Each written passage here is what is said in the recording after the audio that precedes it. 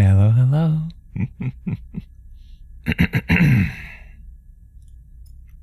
We sleepin'. We are a sleeper. And we're back with Citizen Sleeper. No, I wasn't sleeping on the job, just getting things set up. Setting out the social messages and all that you're supposed to do and all that thing. But alright. So, I figure I should probably do a quick recap of what happened last time. Yeah, it's EP Robot Hours. Being an EP Robot. Excuse me. But yeah, recap. It is now Cycle 37 as Extractor. We've successfully helped out Fang and faked our death. Now essen-arp thinks we're dead. The bounty on our head's been called off. Don't gotta worry about Ethan or whoever that Maywick dude who's come to kill us was. Now, we're free to explore the eye without a time limit, other than, well, we've still got the issue of our body falling apart without corporate pharmaceuticals, but we'll try and figure that out as best we can. At the very least, I can do some minor repairs with scrap. I've learned how to do that, but I've still got issues going on. Now, double checking. We've got audio's all good. I think I've got the game audio turned down, so it should be alright. Okay. But yeah. Now we just talked with... This is just the start of the cycle, but we were just talking with Fang, who was able to disable the tracker. And we also went over to... Where was that? I guess it's not on our map anymore. It was the comma something? Coming through 5x5? Nice. I think that's good. I'm not entirely familiar with that sort of terminology. It's not exactly a cowboy terminology for me, so a little bit odd for me, but I think I get the message. But yeah, there's like some sort of a bar that Ethan, the bounty hunter that was originally sent out after us, was at, but apparently he's gone off station now. News of our deaths means he doesn't have anything that he can do to get money from us. But that gives us room, since we're fairly stable right now. I've got some scrap components so I can keep us that way for another couple cycles. We've got some drives to pursue though. Yannick, one of the heads of the Haugen gang, appears to be betraying the rest of them to essen-arp, giving them tracked cybernetics that they're getting usage data using his fellow gang members as test subjects. So we've got to gain his trust up at his ward. We've already done a bit. It's a dangerous thing, but I'm doing pretty good with it so far. In the meantime, there's a flotilla, which is, I guess, sort of a post-game thing, but bringing supplies to a refugee ship coming into the eye. Don't know how to get Matsutake caps yet for Amphis, but getting to know him better would be nice. Though probably we gotta clear out the aviary for that. And then I've kind of given up on the Sidereal ticket one, but we could go back there. I already kind of got kicked out of, the hangar area where they're working on this colony ship here. So I'd have to go all the way back through and gain their trust again as a yard hand. That said, there was that dad and his kid that we met there. Hope they're doing well. Hope they're doing okay. But alright. Let's see. So yeah. Right now, we can explore... Right, it's also not on the drive, but we have Navigator's ship mind here, right? And there's still the issue of the killer program that is likely somewhere up the free spoke. So if we can go up there, we might be able to find out more about that and talk with Navigator some more. Intuit +2. Nice. Enter the spoke. A tangled network of service passages and makeshift tunnels cut through the spoke as if it were a hive. There are no maps here.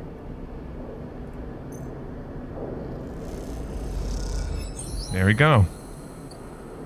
Let's see now. Ascender car. Take the Ascender car to the Eye's central hub. Ooh. Hello. So that's the Descender car back down. Oh yeah, we can see like... Oh, it's cool being able to see everything from up here, isn't it? There's the Green Way, the Gap, Founder's Gap. The Wastes over there, down that arm. And that loops over to this. Bunch of debris and ships. I was kind of speculating that those might have been the Conway Corporation ships, since they were moving in there. Hopefully that all goes good, since we exposed Hardin, but Haven is still up in arms about that. They said that the station would be sold off in, 6 cycles? To Conway Corporation for scrap reclamation? Shipping off all the people on it to labor camps or something? It's been 2 cycles since then, so another 4 and we'll see what it comes to. But alright, the AU-1 mainframe, the Station Central mainframe. This is where we need to plug Navigator into.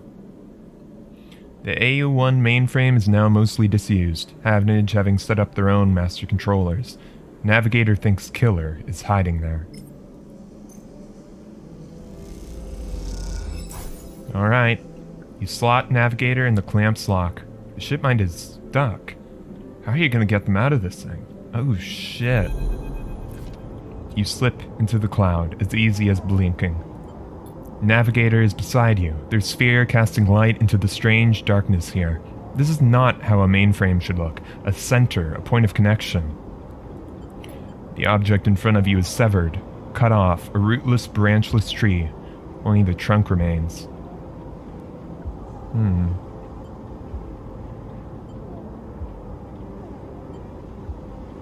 You see Killer anywhere? Quiet, Navigator hisses. And then you see it like a blade in the dark, an edge slicing through the void. It glides along at a distance and winks out. Then it appears again, elsewhere, gliding once more, searching. Shit, it's looking for us. The moment you make a sound, the edge leaps closer, and you see now it is not an edge, but the ridge of a long, sharp head like a shark. Killer. Blinded Erasure Protocol. It glides past, closer now, and you see into the voids where its eyes should be.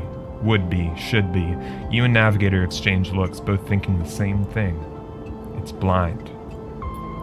Killer crosses between you two, smooth as a razor, and then disappears. It flickers back in, further away now, and you move close to Navigator to talk.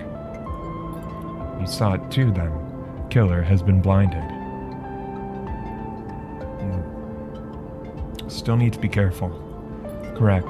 The protocol is clearly operating outside established limits. It may be unpredictable. You flinch as the silent Killer appears and glides past you. Its empty sockets open wide. You turn to Navigator and notice something strange. Their orrery of spheres is collapsing, their orbits usually round and even are decaying. The spheres are following spiral paths, condensing on a central point. Navigator is noticing it too. They go to shift their position to better direct the spheres, but they cannot. Whatever is drawing the orrery together is holding them in place. They look at you, suddenly desperate, frantic,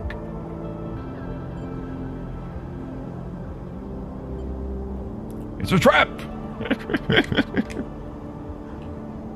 Shit.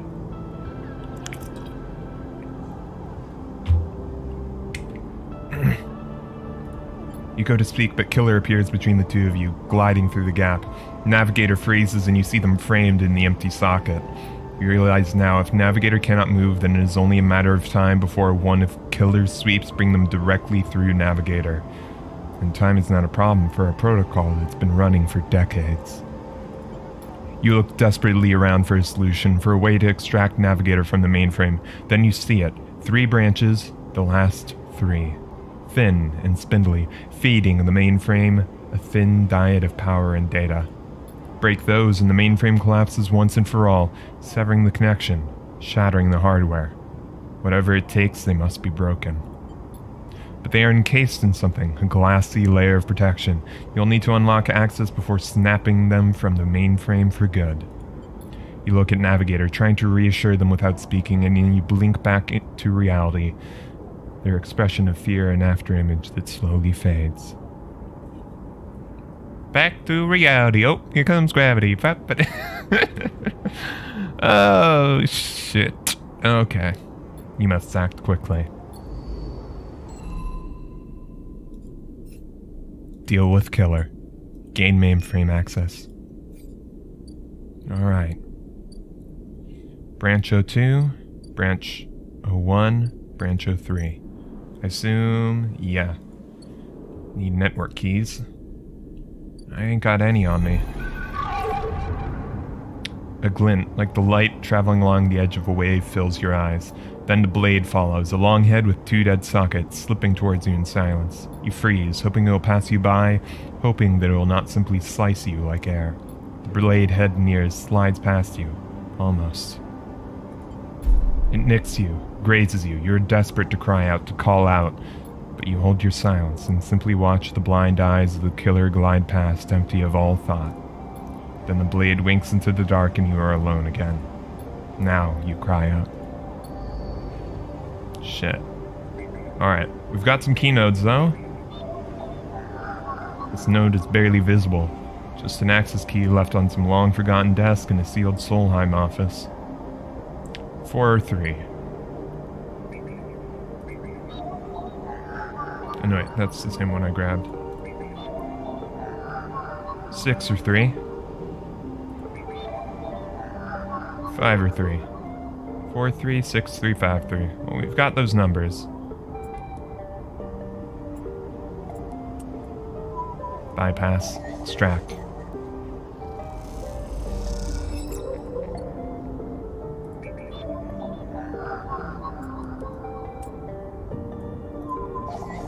Let's get Navigator out of there.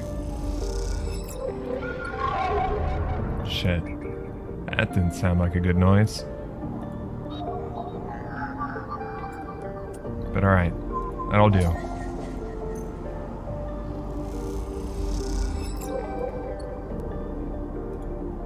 Open her eyes. Wait, shit. Okay, no, we just need the 3 branches. The mainframe should be fine.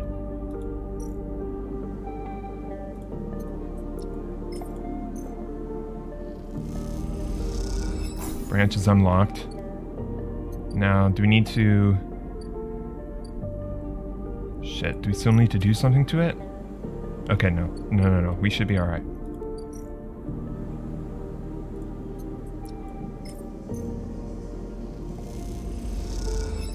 It's 2 branches. 3rd. Let's not let the Navigator die in there. A1 mainframe. Catch a killer or killer's dead. Huh. Loop branches. With access to the branches, you could redirect them to form a loop, isolating the mainframe with killer inside, but freeing Navigator, in theory. Forget hacking the system. Killer has to die. If you can slice the branch connections, the mainframe will shut down, freeing Navigator.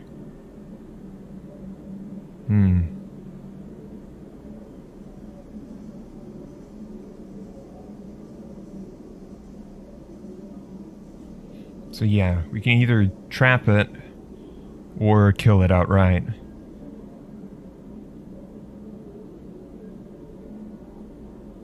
Let's see. Damn, that's not great. Side killer's fate. I see. Yeah, killing killer is a lot easier than trying to trap it.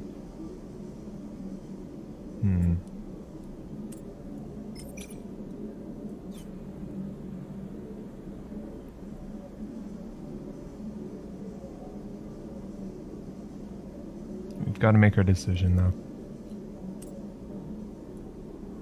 That said, I'm not going to be able to get them down in one cycle. And hub itself? Weightless wander. Up here there's no gravity, so just moving around takes a while to get used to, let alone navigating the bays. Socialize, or access manifests. Alright.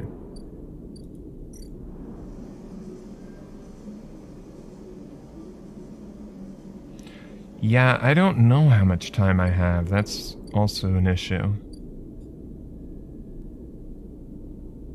I kind of expected the clock to pop up, but I'm not seeing anything.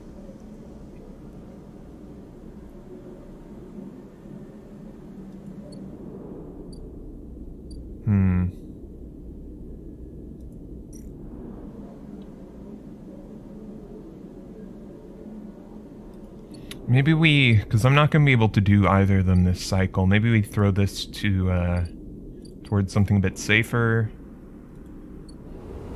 and just prepare for the next cycle. I don't like the idea of leaving Navigator in there too long, though, but not too much we can do.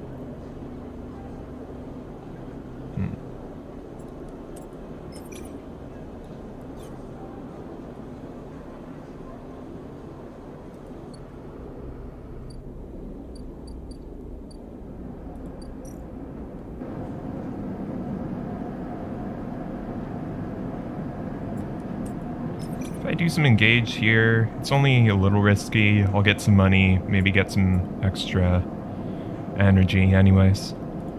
So we'll do a shift at Talin's bar and then... Oh well. Call it in for the night. See what we can do.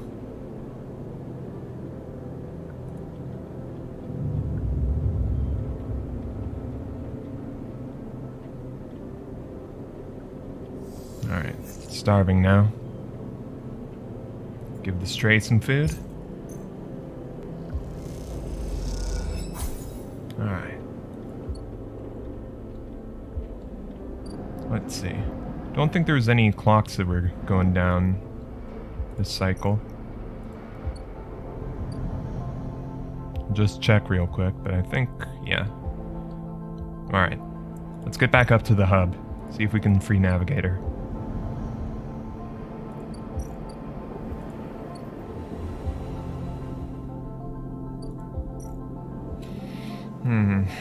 Engineer or interface.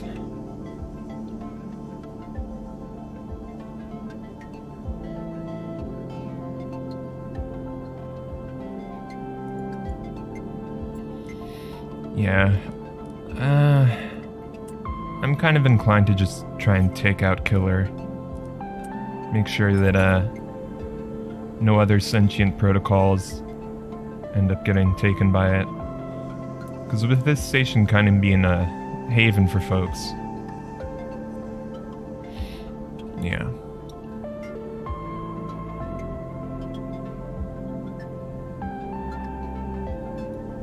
I guess I could try... If this on this one... I don't know. Yeah. Is there a benefit to sleeping in the unit as opposed to the container? I don't entirely remember if there is, but it's nicer to have an apartment than a box. Yeah, alright. You isolate a clump of thick wires and run your torch through them all. The mainframe shudders. Take that, killer.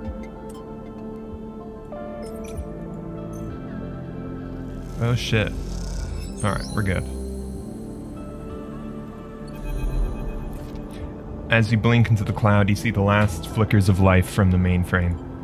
This vast machine once ran the whole station, span it up, directed and processed the flow of energy, water, and data, fed the lives of thousands of people. Now it is finally dead. Navigator is beside you, and you both watch as the branches flash and twist like a forked lightning until they recede and fade. Last of the corporate controls on the station gone. Killer flickers across the scene, blindly flailing as the system breaks down. They thrash as they blink in and out all around, parts of them disappearing with each return, only to be blade-like, until only the blade-like head remains, and then that too is broken. It all goes dark. Erlin's eye is now without a center, and yet is unmoved by the change. Along the rim, the master control points that Erlin, that Havenage, that Haifa installed run strong and steady, puppeteering the station from its periphery. This was a long time coming, says Navigator, drifting faintly around you in a lazy orbit as if to shake off their imprisonment. Killer had been wandering blind for so long. This place was their domain and prison, and they had followed their directives for many decades. They roamed here. They cut the threads of the mainframe, executed its administrator AIs, and then kept slicing. At some point, they cut away their own ability to see, to sense, to taste, to speak, and yet they kept cutting until only those 3 threads remained from millions that once thrummed here. Only their blindness and chance kept them from making those final 3 fatal cuts. There is a ceaseless violence in the kind of system that creates beings like this, those that will execute commands endlessly, even to their own destruction. It is good you ended it here. You watch the data points of the station spin around you, blending in with the fixed stars. There is something satisfying about finally wrenching the last threads of control from this central point. It was little more than a ghost by the time you reached it, but this place deserves to be haunted by better ideas than a totalizing system of control. That's depressing? That's capitalism, baby! Navigator floats beside you. It is free now. This station no longer presents a hazard for illegal entities like me. They turn to you, their face a cloud of shimmering light. In fact, in time, perhaps it can be a refuge. Yeah, that's good, Navigator. A refuge. That sounds like something of value. Something worth building. Yeah, feel bad for Killer now, at least a little. Yeah, it's unclear whether it deviated from its programming enough to develop sentience, but it was created to destroy, and it destroyed itself in the end. Well, we helped it, but it was going to die at some point due to its own actions. A dark shape passes across your vision, a distant curve of something like smoke or oil, a fluid, shifting tank of total darkness. The Greenway, says Navigator, following your line of sight. It was cut off at the moment of collapse, so Hunter or Killer could never reach it. Now it is closed off to us, separated from the cloud. Is it dead? It may be totally dark, or perhaps some other old protocols are isolated there. Navigator turns to you, and we have now seen what decades of isolation can do to a protocol. If we could extract an access cipher... They pause, and then blank out of existence. You freeze, shocked, but a moment later they reappear with a glowing polygon of data.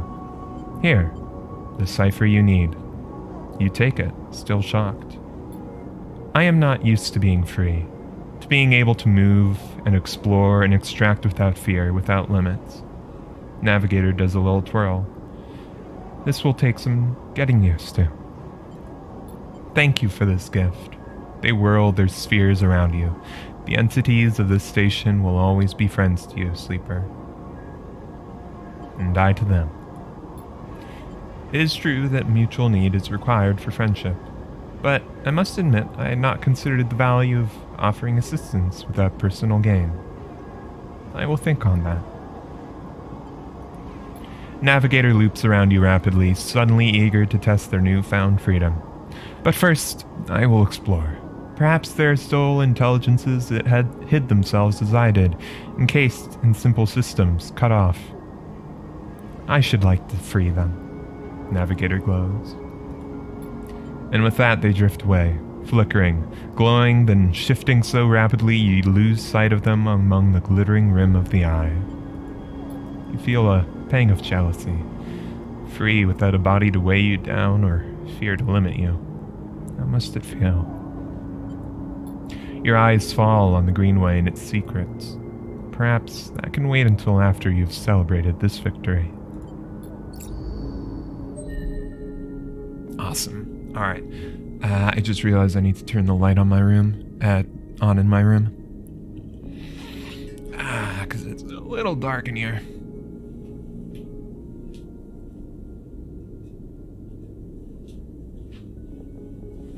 Alright.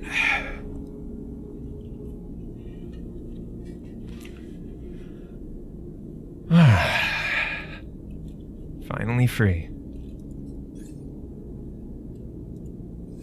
We got our freedom from essen-arp, now we got freedom for Navigator. In the meantime, though, you can use some of this freedom to explore. Socializing, interfacing. Let's go do some socializing in case we can get some energy back.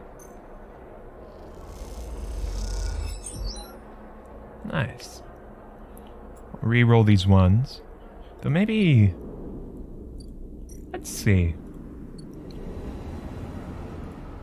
Yeah, Greenway Cipher. Forgotten cipher to Greenway systems. Maybe these ones will be useful hacking something down this way. It's real dark in here, though. The entire Greenway is locked down, shrouded in a dark cloud of shifting currents. What is happening in here? Well, let's find out. The cipher burns away, it is slotted, the data sparking like a lit touch paper. What has been unlocked? The Greenway roils beneath you like a silt-choked river. If what Navigator said was true, then no one has accessed these networks since the collapse. The Hunter and Killer protocols have never set foot here, never cleared out the intelligences and systems. So why then, you wonder, does it look so dark? Is it just the bit rot? It's just that the bit rot has set in, the entropy of systems reducing everything to shadows and light? You watch as the slotted cipher fizzles in the one open distorted gateway on this entire rim of the station. It flickers and winks out, and then you are falling into the flow. A river of swirling darkness. You are spun by it, twisted by it, lost in it. It's not that the Greenway was hiding in the darkness, it is made of darkness. It is filled by the substance, this process, this swarm. Now you are among it, you notice that a swarm is exactly what it is. 1 billion individuals moving in a flow. There is no network map here, no nodes and threads, only a storm of interchangeable points, shifting configuration endlessly. And you see them, a figure turned away, the only bright spot in the dark river. You push closer through the storm. Gardener, ingrown farm administrator. They are facing away. At least, you'd think so. They are so fractured, so overgrown, it is hard to tell. Even from this distance, you can see their flesh is moving, flowing. Man, the AI, portrait design in this game is so fucking good.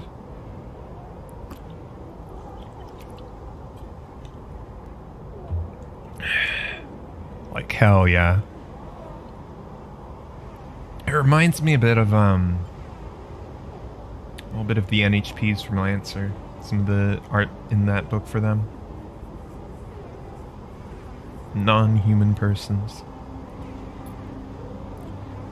You watch, silent, as they stoop and reach down. In their hand is a dark shape, and with twisted fingers they press it down into the loam of data beneath them, pushing it through this trembling soil. Then they move away, go a little further, and repeat the process as if they were sowing a field.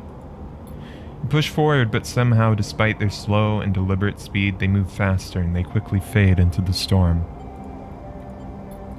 You reach the point where they planted the object and look down. There it is. A glassy, shifting polygon with something inside. You reach down and pick it up. It is cold, but it thrums with energy. You look towards the path of the figure, but they are long gone. When you blink out of the cloud back to the leaves and the dappled light of the greenway, you hold a seed in your hand. Huh.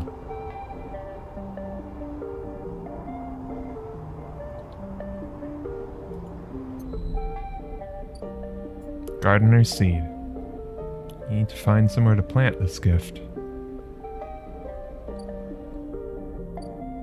That is interesting.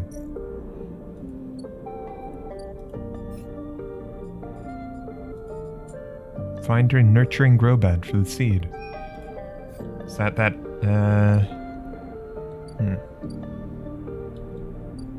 know there's the aviary, but I don't know if this is like a literal seed.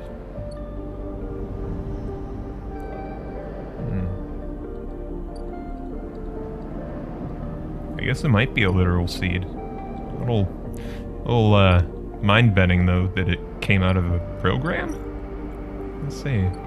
Let's check the hub, maybe. Oh, the Gimbal Lounge, Spacer Bar. Buy a spacer meal. The gimbal sells itself on its spinning sphere, which claims to reduce therapeutic gravitational effects. It doesn't, but they do sell food. Let's re-roll those. Okay, it's 6 and 1. Let's see how the food is here.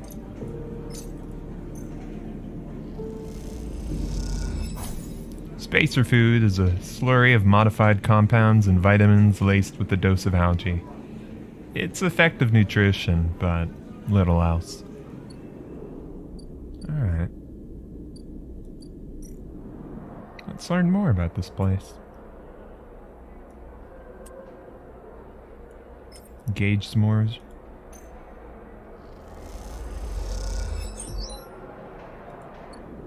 Anywhere new? Oh. No way, Moritz. You take those substandard filters back to the shitheels who sold them to you. You hear the voice echoing out of the bay as you pass, and moments later, someone who you assume is Moritz drifts out with it, dragging a pallet of filter cartridges by a tether. Hey, you out there, the same voice echoes out of the entrance. Looking for work? Suppose so. I just need a hand. Get in here. The voice is coming from someone shorter than you expected. She's floating in the microgravity of the docking bay beside a half-deconstructed life support unit that looks like it might have exploded at some point. She points a wrench in your direction.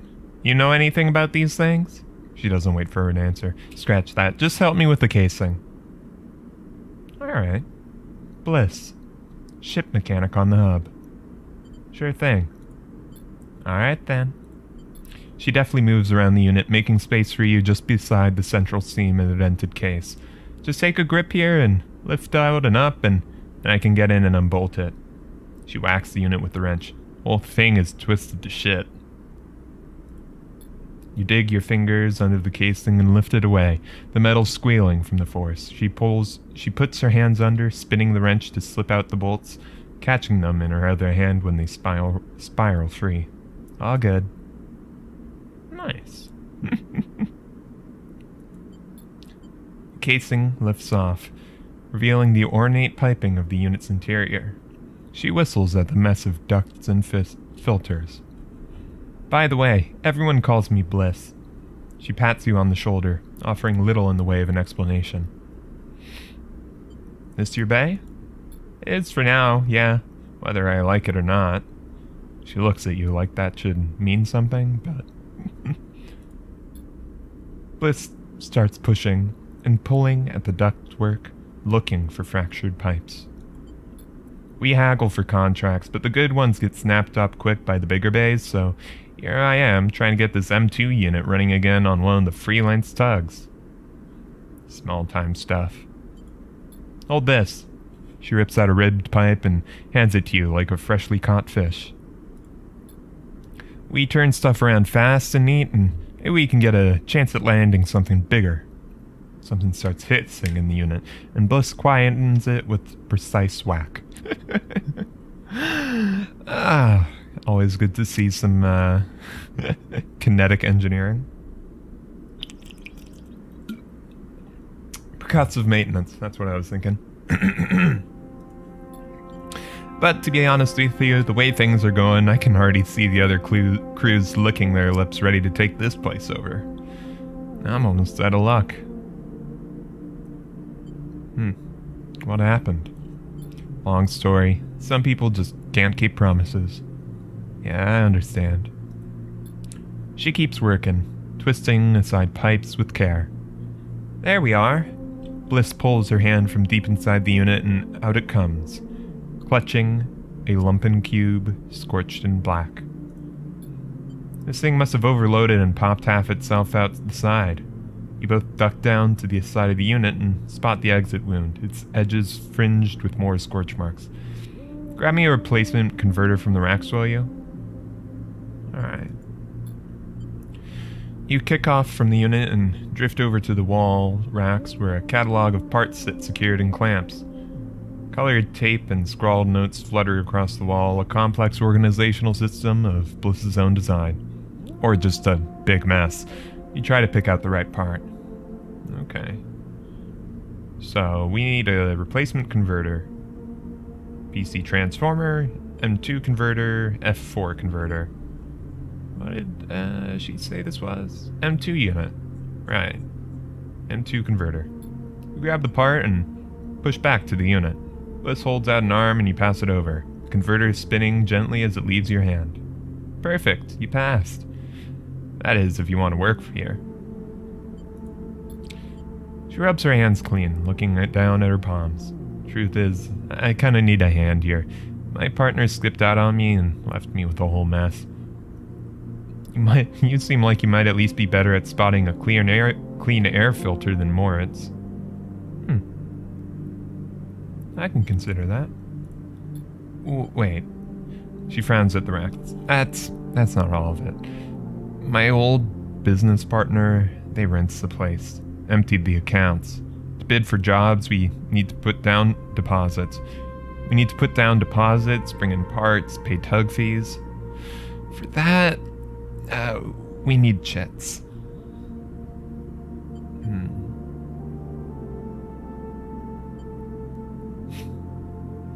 Investment? Exactly. Partners. Straight split. Bliss settles herself against the unit and looks off into the distance. I guess I look pretty stupid. Here I am asking any random passerby to be my business partner. No offense. She manages to smile. I mean, it is kind of weird. Don't tease me. Bliss goes back to working on the unit. Look, it's no pressure. You find the money, or you find someone who has, or you just forget the whole thing. Up to you. She gestures for you to help her refit the casing, and you both slot it back into place. I think I'm good to wrap this one up for now, but if you are into it, come back and we can get a bid on a new contract. Something to get our teeth into. Something that pays. You can trust me, I don't say this stuff lightly. You kick away from the bay, propelling yourself back to the handholds at the entrance. You slip out with a wave, and as you do, someone slips back in. You hear Bliss as you glide down the passageway. Moritz, I swear to God, if these filters aren't clean... You smile. Seems like it could be interesting. Huh. Help Bliss compete. Bliss needs investment and hard work to turn her repair bay around. Could you be a business partner?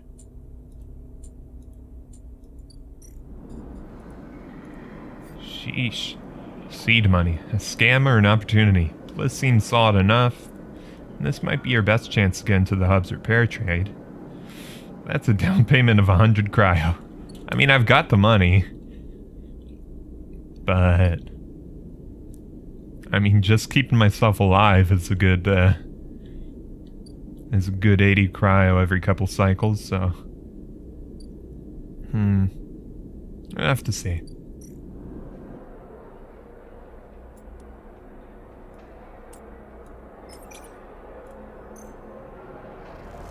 Roll the dice on this one. Yeah, alright.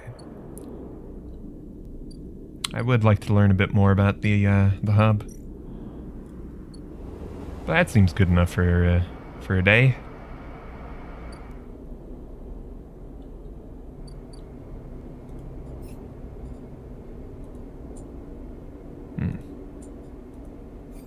A lot of different things coming up, though.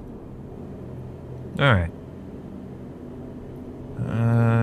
Let's keep ourselves topped off. Prepare ourselves a bit. End the cycle.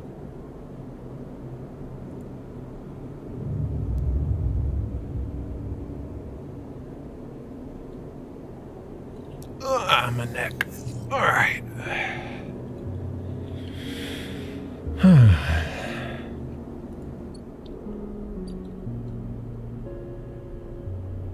Starving again. So, still got more work to do in exposing Yannick, and I think the other thing to do is see if we can get that grow bed working over in the greenway. The aviary. Take a while. Plus 3 sunlit refuge. Endure roll.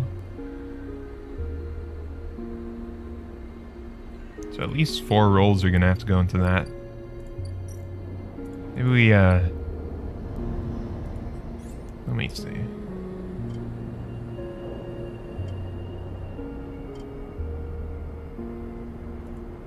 Yeah, okay, we don't have anything we can do with 1 upgrade point no more. Yannick's ward. Engage.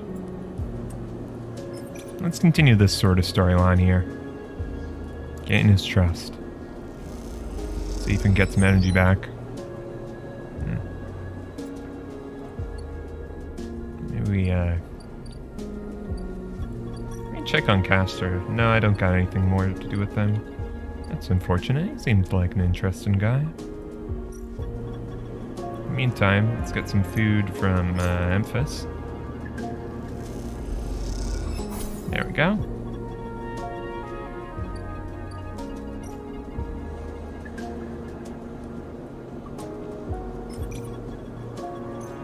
Dangerous, but we'll give it a try.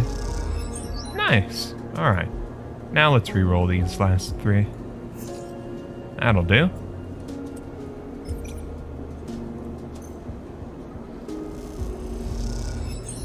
Alright. Filled up Yannick's trust. You almost laugh when you see it. The same small recorder stuck to a different wall this time. Written across the fluorescent tape is that familiar word. Sleeper. You grab it quickly. I'm so sorry. You grab it quickly. Robbie says sorry. Sabine's voice sparks up once again. She said she didn't have time to brief you before setting you up with the old man. I'm sure you've got the play by now. Earn his trust, work the block, and we need you to get you. Then we need you to get into his office. Pause. It's risky, but obviously you are the only one of us he doesn't already know. Either way, we need to locate the link to essen-arp. You hear a shout in the background of the recording. Rabia says be careful. Yeah. I mean, my tracker's gone, but if I cause some trouble for essen-arp, they might get after my ass again.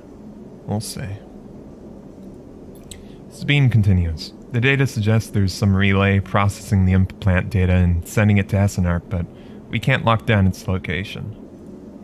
Either he's moving it or it's moving itself, or it's rerouting through other relays. We can't understand it. Maybe you could find some details on it in his office. Once he trusts you, you should be able to get close enough to get into the office.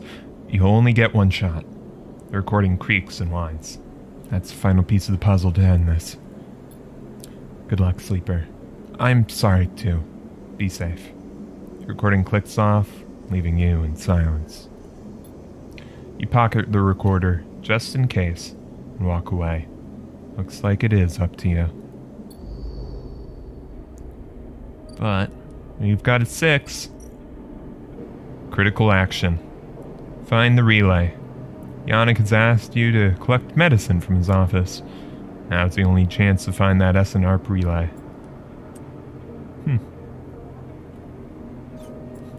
It's Intuit, so we only really need a 4, but gonna go overkill on it. I mean, I guess the 3 would turn into a 5, but that's still... We'd get the relay either way, but if that's a 50% chance for something bad to go on. We'll see.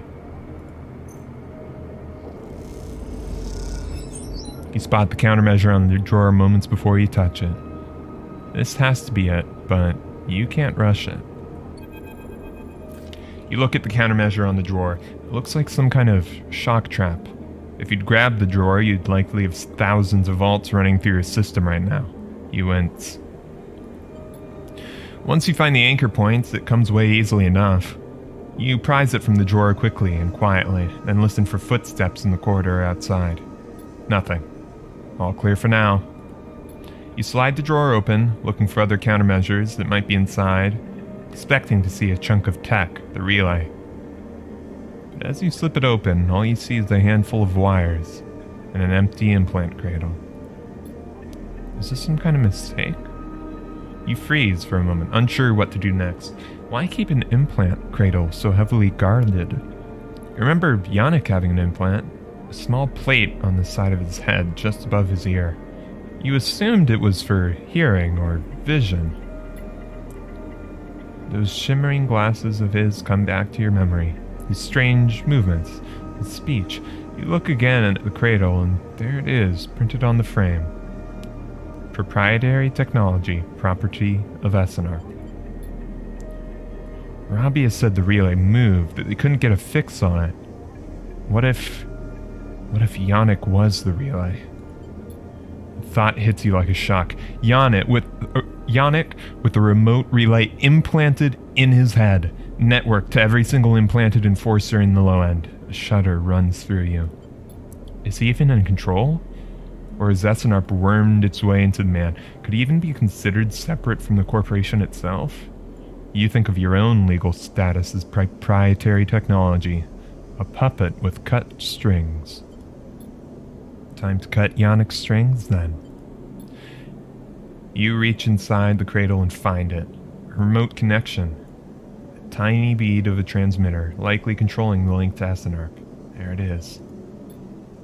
You pause for a moment. Then you squeeze it, snap it from the frame, and it crumples, sparks, and dies. It takes a moment before the shots come, before the scream, and you're already on your way out, down the corridor, down through the unit that serves as the lobby to Yannick's office. Then out to the walkway, where Yannick lies still, enforcers gathered around him bemused.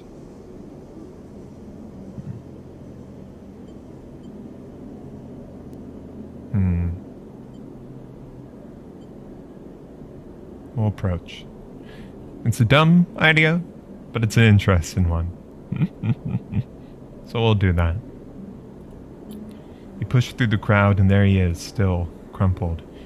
You rearrange him a little, lie him down properly, feeling how thin his body is under his suit.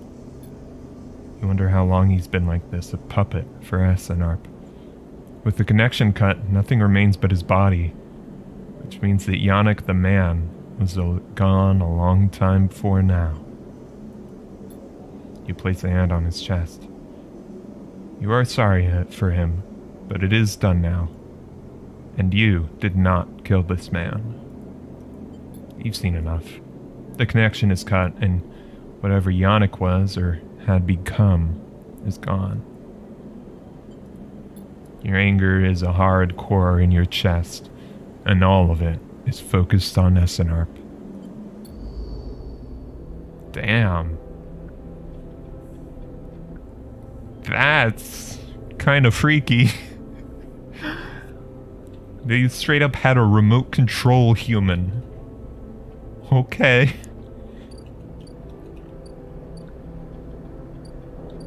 Just puppeting his body around, I guess.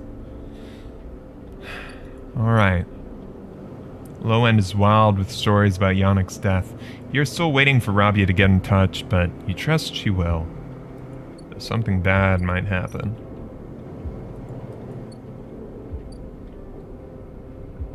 Damn.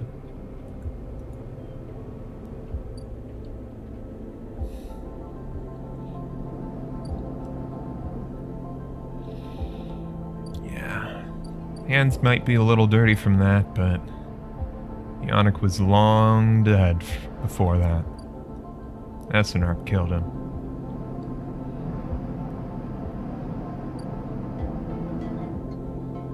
Alright.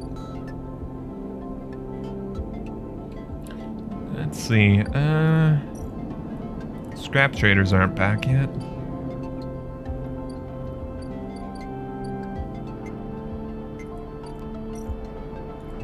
I want to see if I can at least grab some scrap somewhere. Look around the wastes, maybe. It's an endure. It's dangerous.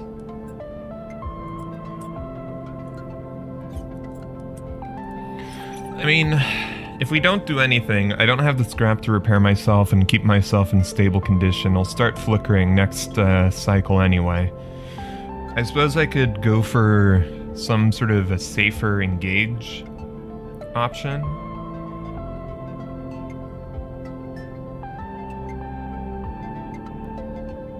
The only thing scarier than a man and a machine is a machine and a man. Well, I mean, pacemakers are fine, you know?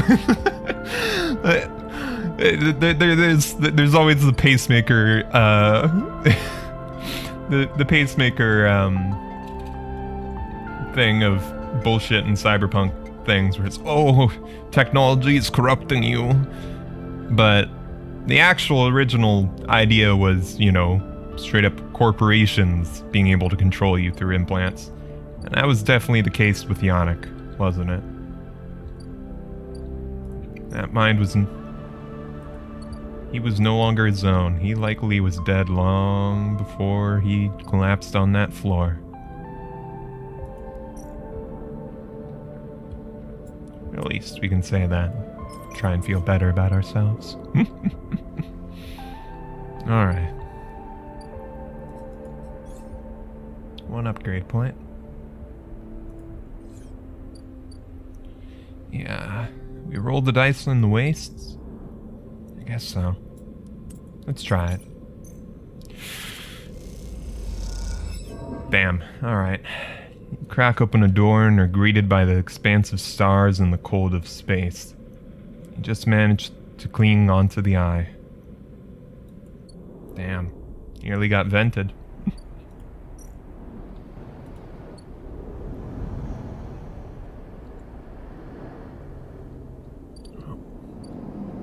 Let's take a rest.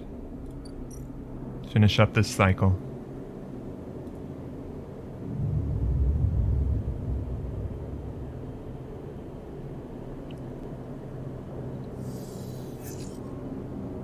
Alright.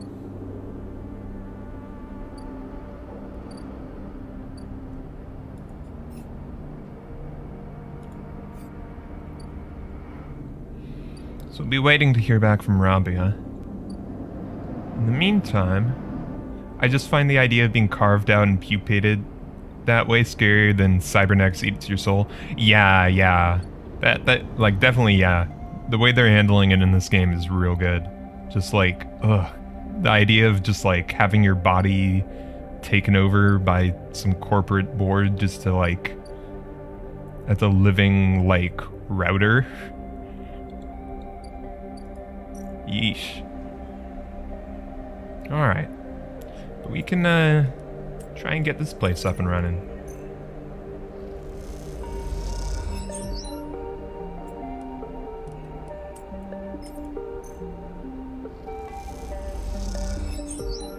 Try reroll these. Oh, nice. As long as this roll goes good. Damn. Oh well. Next cycle then. Almost got it done.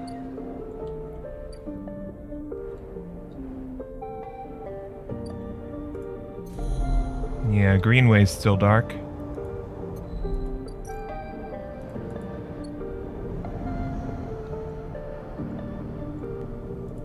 Alright. Feed the stray. The stray crunches up the crackers as you watch. Next cycle.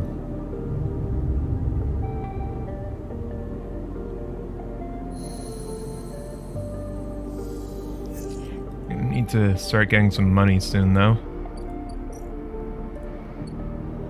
Gotta pay for some food and, more stabilizer soon enough.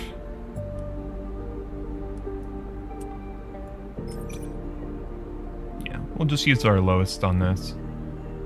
Since I think even a negative, it's still gonna give us... well, there we go. Aviary. Germinate spores. We need 3 grove spores to germinate the fungal beds. So let's see. Oh, Intuit. That means we've got a good roll on this.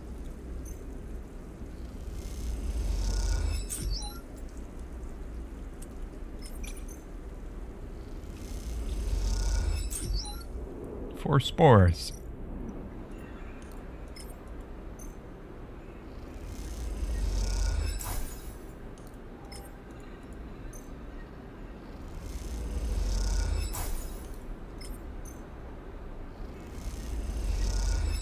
Alright. 4 cycles. And the spores need time to germinate and spread in the aviary. The indirect sun of a few cycles should help them along. Cool.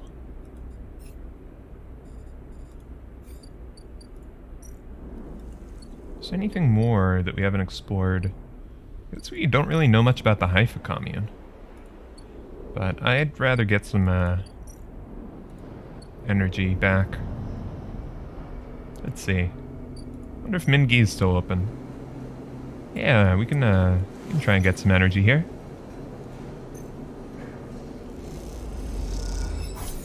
Alright. And a little bit of money on the side. The kelp in the stack is golden brown. As you eat the noodles at the end of the shift, you imagine the distant oceans that birthed it. Alright.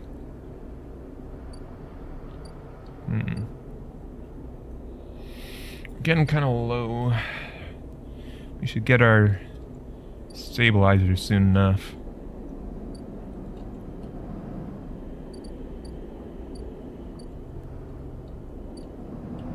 Let's see, where...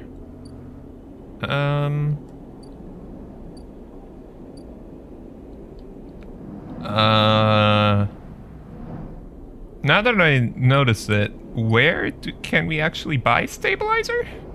Uh-oh.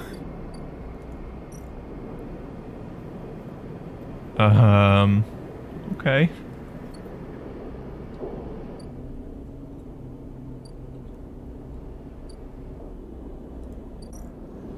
But yeah, I guess I can build that ship mind.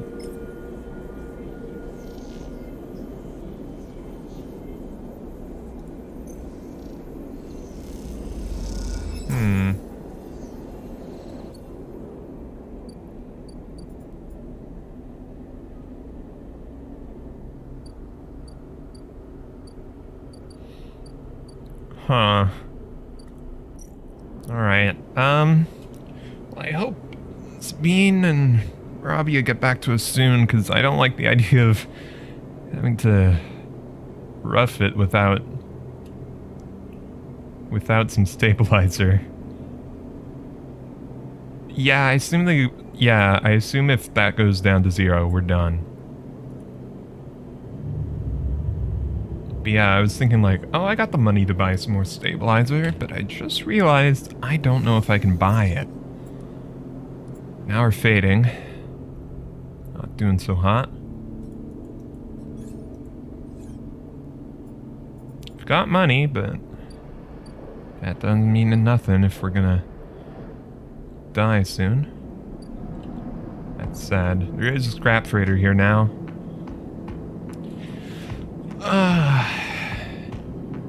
It's kinda...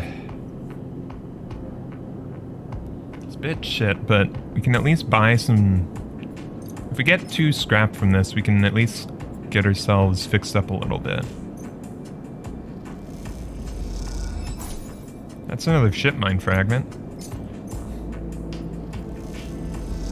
Maybe I buy enough stuff from this guy, keep making ship mines, and make some money that way. Another ship mine fragment. Yeah, okay.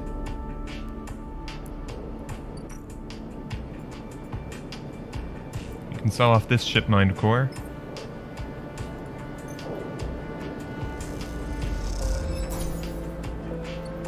Seeing as we've almost got another one. We'll have to wait until the scrap traders come back around in a couple cycles, though.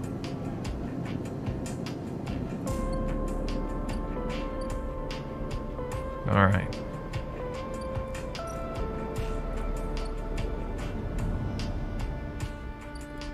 Farm stacks, huh?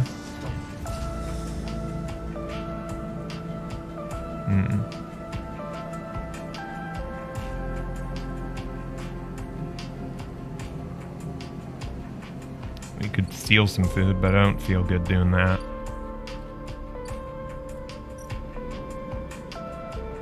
We can get some more scrap here, though. That'll do. Yeah, alright.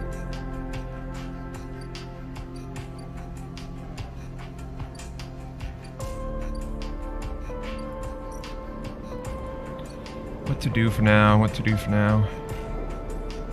Can't really...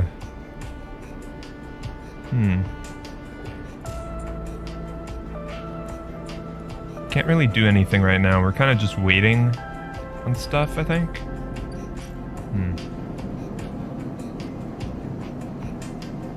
Oh yeah, we can try cooking some of the droll caps.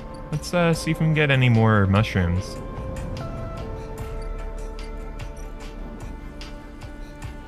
Porch for fungus. Intuit +2. Yeah. That's a 5. Should hopefully be good enough. Alright. Oh no, wait. I need... Wait, what? Why didn't I get droll spores? Huh? Droll caps. Can I get caps? There we go! Caps! There we go. Now let's, well, I guess now we have some energy. We'll try cooking them up, next cycle. Meantime, go for bed for the night. Leave some food out for the kitty.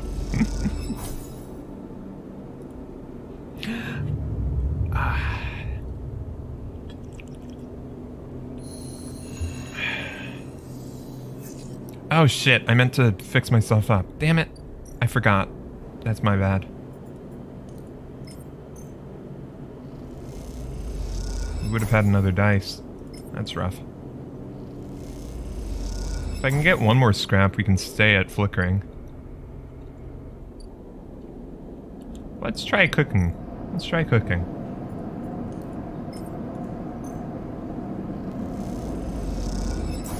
Nice. Mushrooms release their liquid as they cook, making for a fragrant and delicious dish. Nice, nice, nice. Meantime, let's talk with Rabia. Before you enter the office, you can hear the sound of Rabia working the heavy bag. She's hammering with it, the chain creaking as it shakes with each hit. Training her mind and body to become ever stronger. She's been like this since... Sabine doesn't finish the sentence. They are sitting on a stool looking at the terminal in the corner, searching through the essen-arp data you pulled all those cycles ago. How have you been? I'm well, Sleeper. Happy to no longer be hunted. Haugen has plenty to deal with, and without Yannick, I'm free. They glance nervously at Rabia. Rabia stops punching. In the silence, you can hear her breathing hard. Sabine looks over at her, and you sense something between them. You realize you haven't seen them together since they tried to kill each other in this same unit. Lots changed since then. Yeah, Rabia... I can't say I entirely understand what Rabia's relationship was to Yannick, but it did sort of seem like he was maybe a bit of a father figure to her? I don't know. They hooked him up like a puppet. Rabia hits a bag. Rig that thing in his head so they could control him. Push the old Yannick out. I don't know why you let them in. Rabia throws a few more punches. But it's a lesson. Don't let them in. Haugen shouldn't deal with corporations, and we never will again. She spits. At least Yannick's death has been treated as natural. There's a chance we can come back from this, that Haugen can hold on, but there are opportunists trying to take control. Sabine turns to you. Yes, but now the connection has been broken. I've been looking at removing the trackers from the implants in Haugen's enforcers. It's a significant job, but I think with time I can do the surgeries. Rabia walks away from the bag towards the far side of the unit. Those surgeries will never happen if Haugen collapses. She shouts back at Sabine. Clearly this is a well-worn argument in this unit.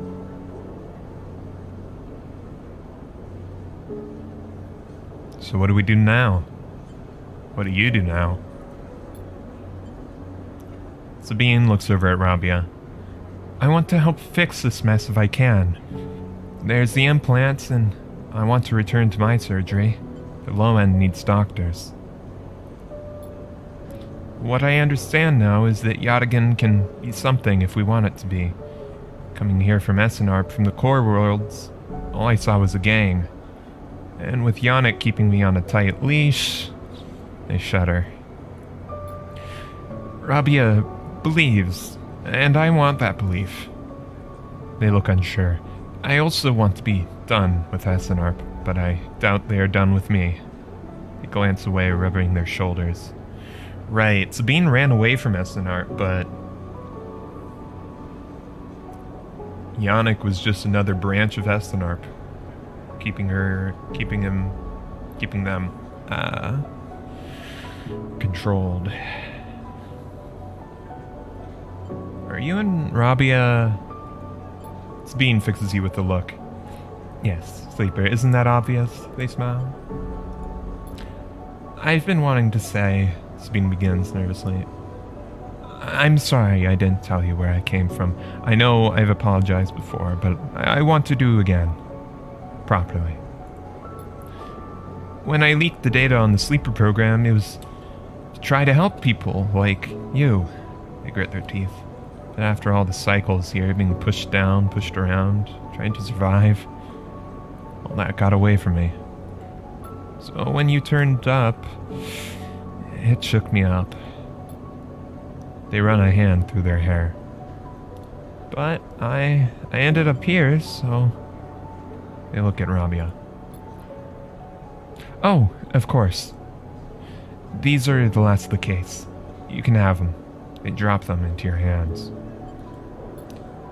After these last few, I don't know what we can do. With the essen-arp connection broken, look down. But I know there's other ways. Repairs, other pharmaceuticals. I even heard there's some labs out in the Greenway. Maybe they can help? I'm sorry I can't do more. It's alright. Thanks for everything. You did the best you could. They look away, their eyes bright with tears. Rabia crosses back to you and sits beside Sabine. They look at each other and you can't help but smile at the idea of them together. What are you two plotting? Rabia grins. Sabine laughs and the sound is a welcome one. You watch the two of them teasing each other and smile. Later, when you leave, you take out that handful of vials and look at them. You can still feel that core of anger deep down inside, and you don't know if it'll ever leave.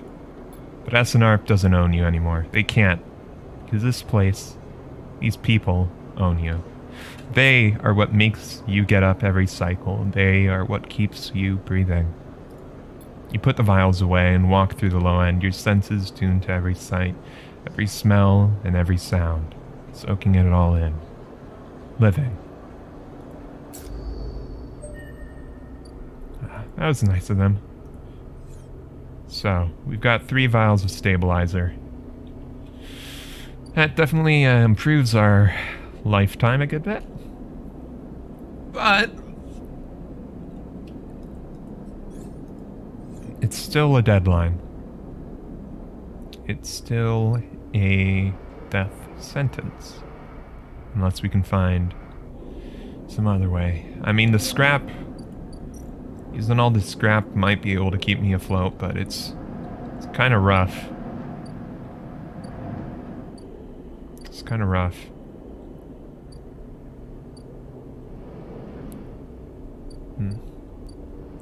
Guess not sure if I can go visit Sabine and Robbie anymore, but I hope the two of them do well together.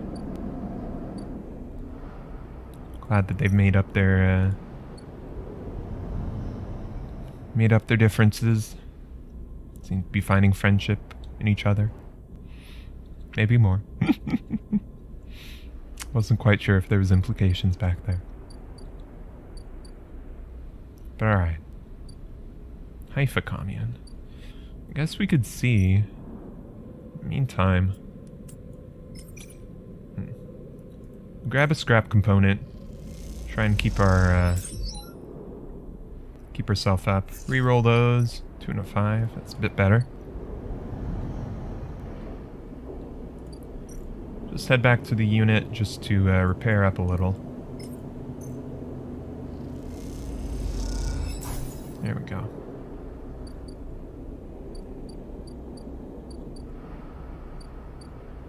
But alright. 2 upgrade points.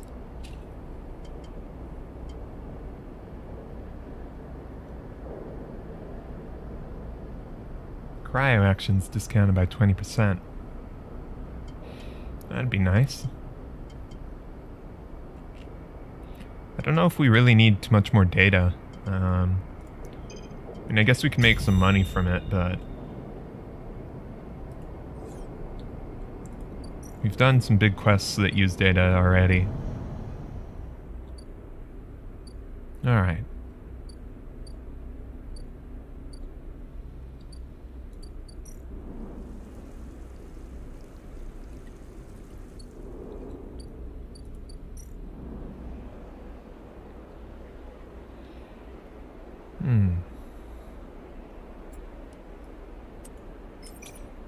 Newcomers to the commune can work within the canteen, preparing and serving food for those that make the compound their home.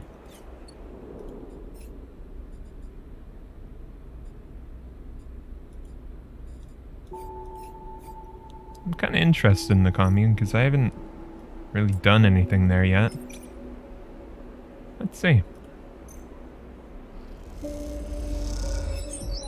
Oh good, we get some energy from that too. Nice.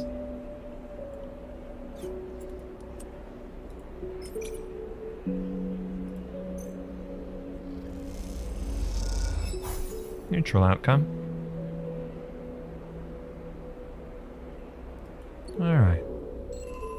New drive. Join the Haifa commune. It meets the needs of its members in exchange for work. Maybe you could find a home here. Do some volunteer work there.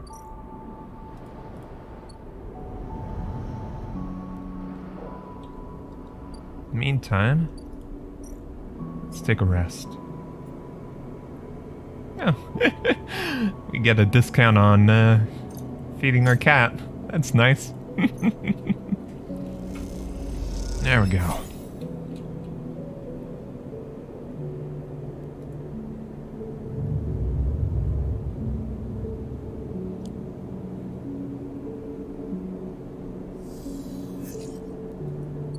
Not the best rolls there.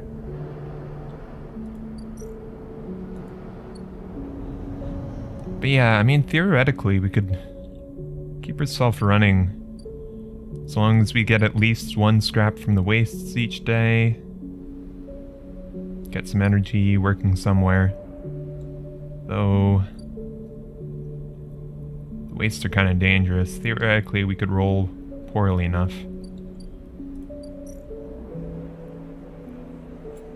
Let's see.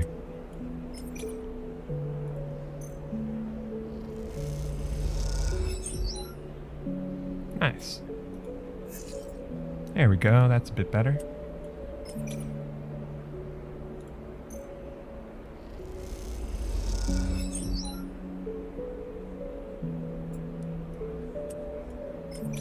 We can just use our low roll.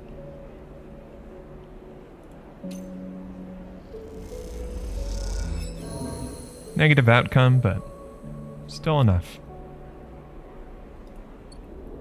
Let's get to meet folks. Achievement unlocked. Communist. Someone who is in a commune. Rico. Commune botanist. You head down into the hive compound, following a blue painted line that is labeled laboratories. The member you were assigned to work with told you they'd asked to see you, but you still have no idea what about. The line takes you to a blue door, and through to a glass-roofed chamber where a network of stems and leaves filters the sunlight coming through the ceiling, casting the whole chamber in a strange yellow-green. Peaceful, isn't it? Distracted by the green, you miss the woman standing at a lab bench camouflaged by the dappled light. Welcome to my sanctuary. She smiles. Come, let's talk, and beckons you closer. Head of the Hive of Botany. Who are you? Oh, of course, my apologies. I'm Mariko. I run the botany program at Haifa. Well, do we know what Haifa is? Botany program? Yes, the plants in the Greenway are vital to the Haifa's continued existence. It's important we understand them. She lifts a tiny sample jar. Yellow spores dance inside. Haifa lives off the land of the Greenway. It's what allows us to live like we do. No one here pays or is paid. We sleep here, we feed each other, we work for each other. Rika walks away from the bench and waves for you to follow. She opens a small door and leads you down a glass corridor surrounded by vivid green. All this, she says, gesturing at the overgrowth, it's kind of a miracle. What do you think usually happens to plants on stations like this when they are abandoned? Likely they dry up, don't they? Exactly. They run out of water. Very rapidly, in fact. But here, they've endured. She smiles to herself. No, in fact, they thrived. You look at the bright tendrils wrapped around the metal frames of the corridor. They look dominant, strong, like they are taking control of this place. Of course, Solheim tried to create a stable biosphere here, patchworking the surface with gardens and algae tanks that feed into a network of microbial reclamation systems, but the Greenway was always envisioned as an extractive place from which the harvest is removed and sold to those living on the station, not a closed loop. For this reason, when the collapse came, the Greenway should have gone with it. Erlen himself was so convinced of it that his first colony never even came here to try and reclaim it. I instead relied on outside favors and influences, shipments from the inner system and small-scale agricultural systems like kelp and fungal farm stacks. Yeah, here we are. Among growth and decay, a biosphere flourishing. When Haifa came here, we expected to find only vacuum-dried stalks and leaves, perhaps some fungal colonies hidden in the mulch, but we found a jungle. With this, Rico hits a button on the wall and leads you through a large pair of double doors into a huge, impossible chamber. It is every kind of green. From the pale algae tanks to the dark vines that surround them, it is wet, too. A rarity on the eye. Condensation clouds the sky from the high glass roof and gathers on the shiny broad leaves of the shrubs. How? That is exactly our question. Rico turns to you, visibly excited by the room you are both standing in. It doesn't make sense. But in many ways, the system has stabilized. Unlike the farm stacks closer to the gap, who need input to survive their meager output, this place runs itself. Perhaps Solheim managed something new here, or perhaps they tweaked the plants or built new systems buried deep below us.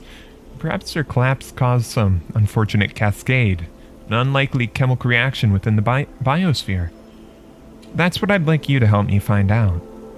She turns to you, her forehead wet with dew. Aren't you the botanist here? Astutely noticed, but I don't need a botanist. These halls run deep, sleeper, and I'm getting old. Whatever is causing this, it's to be found in the groves deep in the Greenway. Haifa won't spare anyone for an expedition. It's too dangerous and unnecessary, they say. I can make the case, but I can't get the votes. You sleepers are hardy beings. I know that much, and you can speak to the eye, uncover its secrets in a way I never can. Bring me samples, spores, seeds, and blooms. I can grow them in the lab and study them. The deeper they're found, the better. I can try. Thank you. And thank you for listening. She smiles. Rico leads you back out of the huge chamber and up through the passages. She is a little slower now and stumbles on the steps. You help her wherever you can. It's good to have new blood in the commune, she says. Many of us have been here a long time and few come through. She settles back at her bench and in the lab, stretching her legs. You go to leave. Come back if you find something, sleeper. There are discoveries to be made. And you follow that blue line back up out of the compound, all the time thinking of that impossible, magical green. That's exactly what I'm thinking, see? It's gotta be something to do with the gardener. And we've got one of those seeds, don't we? Spores from the deep groves of the Greenway. We've got some grove spores. Here. But alright. Haifa dorm, commune sleeping quarters.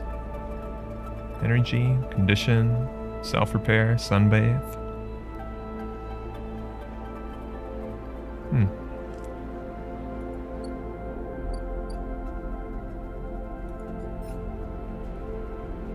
Help Rico's experiments. Collect spores for Rico.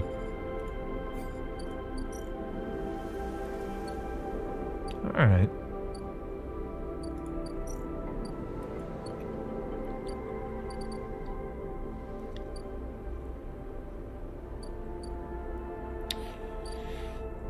Well, let's,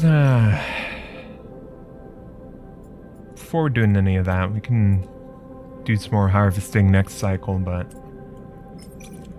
let's get some scrap and keep ourselves in good condition.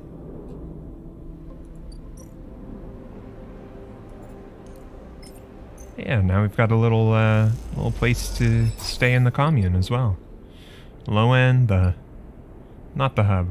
I don't remember what it's called exactly, but alright, upgrade point. Alright, we're doing good. We're doing good.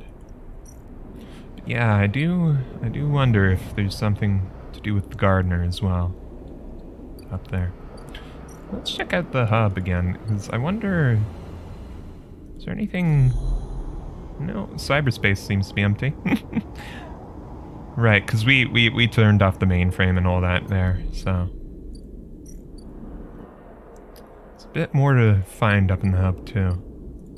Still haven't discovered everything. But, it's time to rest for now. We'll stop by the unit we repaired up ourselves and give a bit of food for the cat. I'm sure the room in the commune's plenty fine, but we've got a little companion back over in the low end, don't we?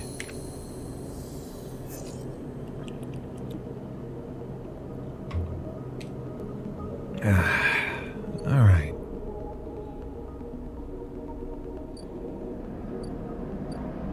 Oh, yeah.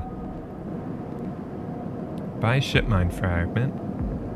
Haggle over prices.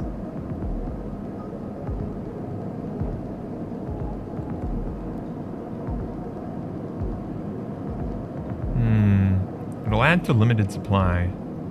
If we fail the... Yeah, okay, if we fail, they won't sell to us. Okay.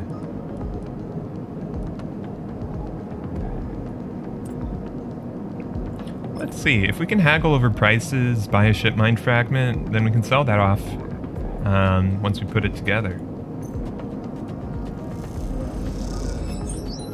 Alright, discount. Sounds good.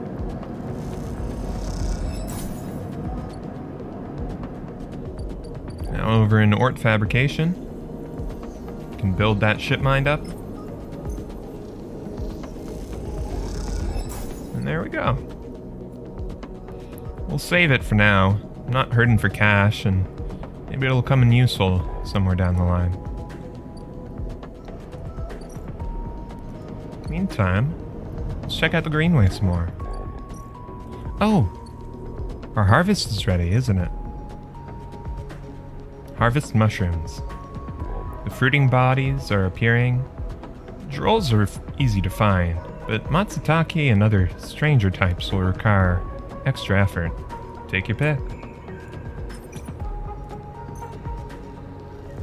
Once harvested, you'll have to grow more. Huh. So we got some Matsutake. Club ahead. Strange, unidentified, club-shaped fruiting bodies.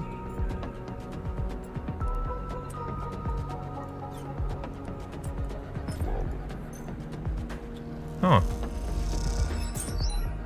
More Matsutake caps. That'll be enough for Emphas, isn't it? Ah, shit. Don't got much, Alright.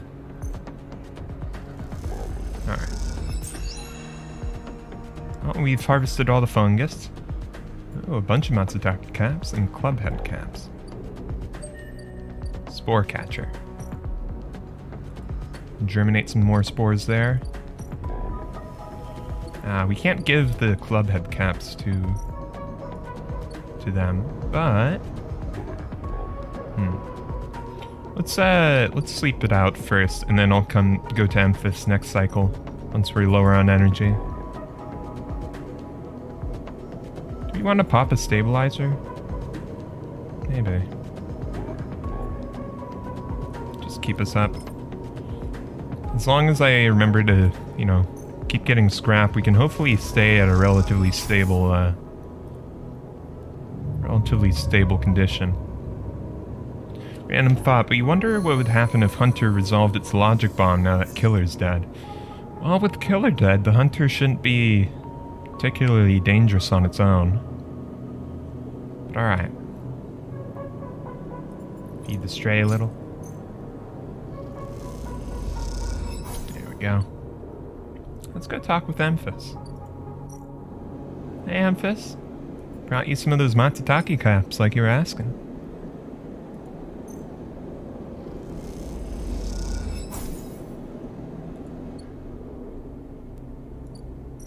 Ah, right. No, he'll take a bit of time to prep those up. Right.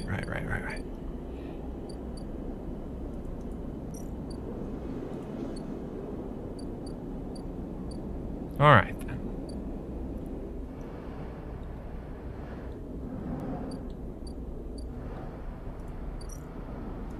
Well, let's see.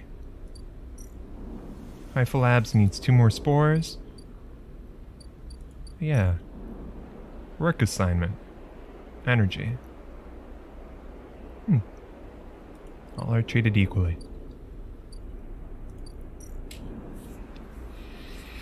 So let's see if we can get a bunch of spores. Into it, so should be good. We can throw all our 3s at this. 1 grove spore. 2 grove spores. 2 grove spores. I think that's all the spores we need. Nice.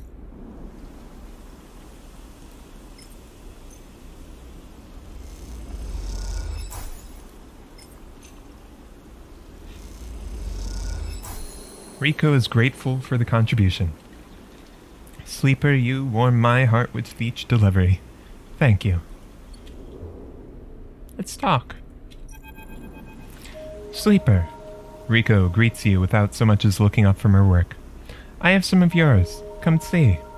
She beckons you over to a heavyweight-looking console wired with a series of specimen jars, some of which contain your spores. What does it say? What are you finding out? The spores you have here are a real cocktail, a selection of types from within the groves, but I've been able to isolate a few. She taps one of the specimen jars. Here we have Tricholyma matsutake. Rico breezes through the Latin and Japanese pronunciation as if it was nothing. I didn't, though. let me maybe give it another try and see if I can do some justice to that line. Here we have Tricholyma matsutake, a species Solheim managed somehow to modify for use on the station. This is the composition of the Solheim modified matsutake spores. Modified? Yes, every species on the eye is a tweaked variant of Solheim's, of course, but that's not the point. You see, this is what your matsutake spores look like. They aren't the same? That's the conclusion, yeah. They are fundamentally the same spores, but they carry different chemicals, different signals. Solheim may have introduced their own tweaked versions in the beginning, but the groves have, and still are, affecting them. Okay. So, it seems like the rogue AI gardener might still be working and continuing to ever iterate and modify the plant life here. Affecting them how? It's hard to tell without samples of fully grown mushrooms, and herein lies our problem. She moves to another desk where 2 trays sit side by side. The first contains nothing but plant mulch. The second you smell before you even look at, the pungent aroma of the fruiting matsutake like rotten, sodden overalls, laced with an edge of spice. The matsutake here are grown from Solheim stalks, pulled from a spore vault in this complex. They're delicious, by the way. She sets them aside. The empty tray is germinated with the spores you collected. No activity. No germination. Nothing. But the groves are full. Yes, they are. Rico looks at you directly, and you suddenly realize how much she is enjoying this. So here's our puzzle, Sleeper. Spores from the groves won't grow in the lab, but gathering fruiting bodies in the groves is too unpredictable. We need to grow a fruiting body from some of these spores so we can track it, understand it. In short, I need you to become my mushroom farmer. Oh, well, I already started on that. Well, an eager mycologist. I'd have never guessed. I assume you set yourself up in the aviary? I've been eyeing that place for its proximity to the groves. Bring me whatever grows. No, not just matsutake. There's more than a couple of variants in there, so I'll need plenty of samples. She plucks a matsutake cap from the tray. These little things are reflections of their conditions, their smell, their taste, their chemistry. It all derives from the conditions of their growth. Enough of these, and we'll have a picture of what is happening here, of the ways in which this biosphere is modifying itself, or being modified, whichever the case may be. Rico is great, because okay, I'll admit, I've never met a mycologist in real life. They're a strange species and, you know, very elusive. But I do remember seeing a bunch of... like, posts on Tumblr about, like, mycologists just getting super excited over mushrooms and then doing random things like, you know, let's just take some of these extremely hallucinogenic mushrooms and just see what happens. Enrico is kind of giving me those vibes. She seems great. I should find that post again. It was just like a team of 3 scientists who tried like cooking this highly hallucinogenic mushroom, and there's like a specific way to cook it where you like remove most of the toxins to make it fairly safe. They ended up accidentally overdosing or something and ended up completely wasted, and like were going to like Burger King and taking lab notes on how they were feeling. So there was like an entire like scientific report they posted afterwards of like, we got super high on mushrooms, this is what happened. Alright. Rico pots the Matsutake cap into her mouth, taking a surprise. And don't worry, Sleeper. If this turns out to be a dead end, I'll make sure that not a single mushroom will go to waste. They'd spoken like a true mycologist. Spoken like a true mycologist. Let's see. Matsutake caps. Droll samples. Nothing for these club heads that we've been finding, though. Something about their environmental sensitivity. Well, let's get our aviary set up with more spores then. I kind of wonder why...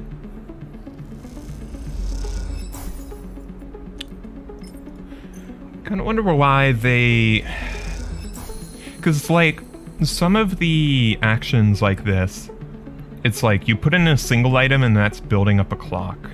But then there was, like, other actions, like with Emphas or Caster, where it's just asking for, like, all 3 of them at once.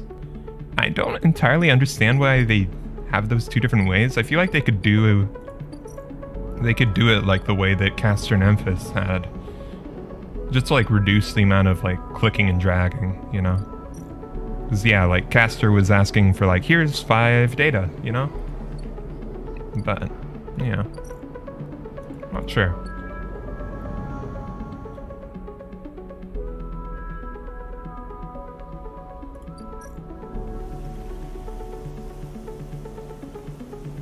Well, let's give her some Matsutake. Oh, okay, that'll fill up 3. Alright. Alright. Well, if we can harvest a couple more droll caps, we'll be good.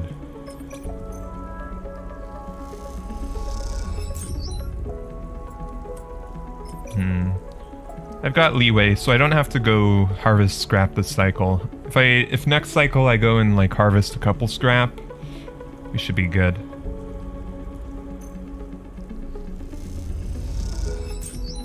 Alright, more droll.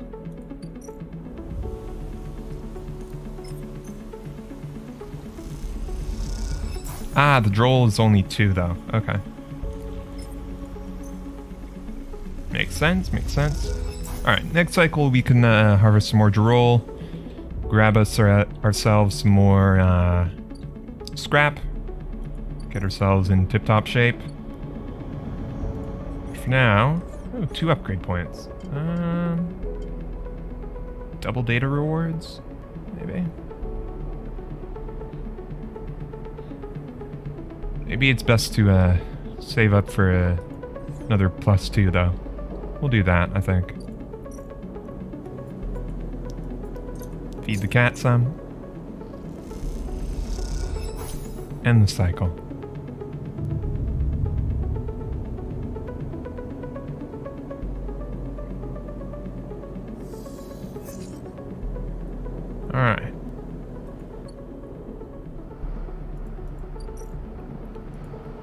Cross over to the greenway. Grab some more mushroom. There we go.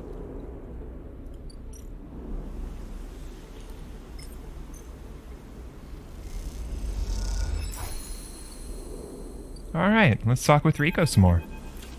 Rico meets you at the entrance to the lab, leaning on her crutch, with a glint in her eye. Walk with me, sleeper. I'd like to tell you a story. She makes her way down the corridor that leads back up towards the main commune building. When people first crossed what we call Founder's Gap into the Greenway, they did so against the wishes of Andre Erlin. At the time, Erlin was trying to stabilize the Union and establish control over the Eye in the wake of Solheim's collapse. It was chaos, competing factions, failing systems, so many dead and injured from the riots. That was his priority. You both crossed through a glass-roofed tunnel, the greenway outside crowded with vines and branches, dappling the light. Erlin had ridden the greenway off.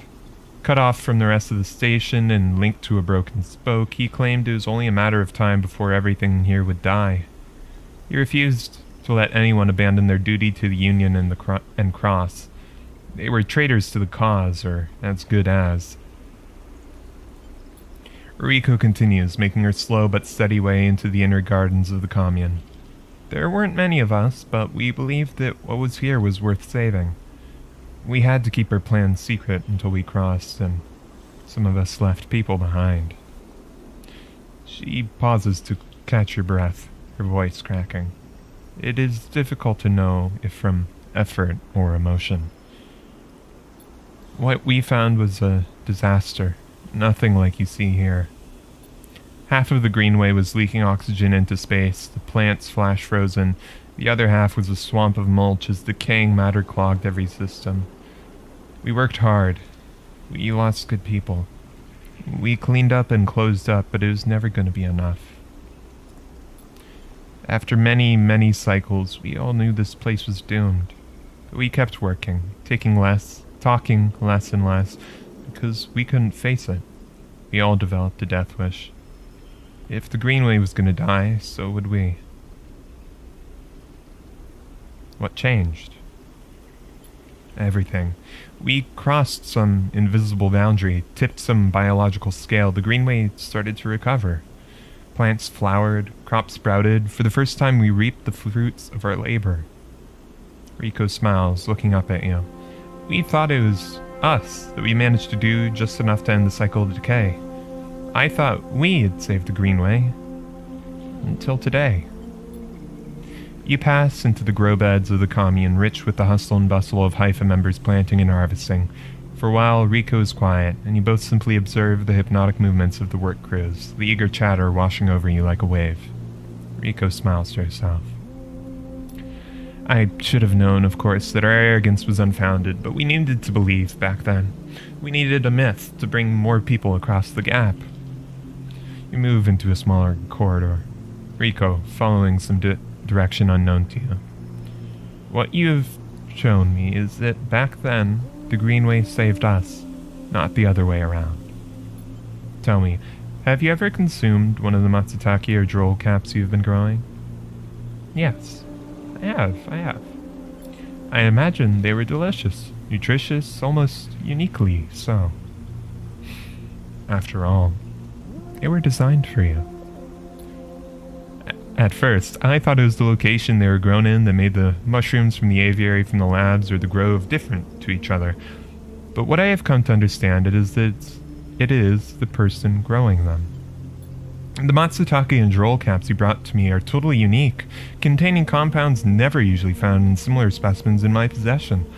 Many of these compounds aren't even digestible for humans, but for a sleeper like you. Rico smiles and she leads you into the internal garden of the commune where Haifa members have planted species from all over the Greenway. Back when the tide turned, when the Greenway started to recover, we all felt something. A response. It was as if this place was not just alive, as a forest is alive, but alive in other ways, communicative, responsive. We shrugged it off at the time, but now I understand why. Rico stops and turns to you. This place is responding to us, adapting itself to us. It is growing fruiting bodies for you, for me. It is adapting, changing.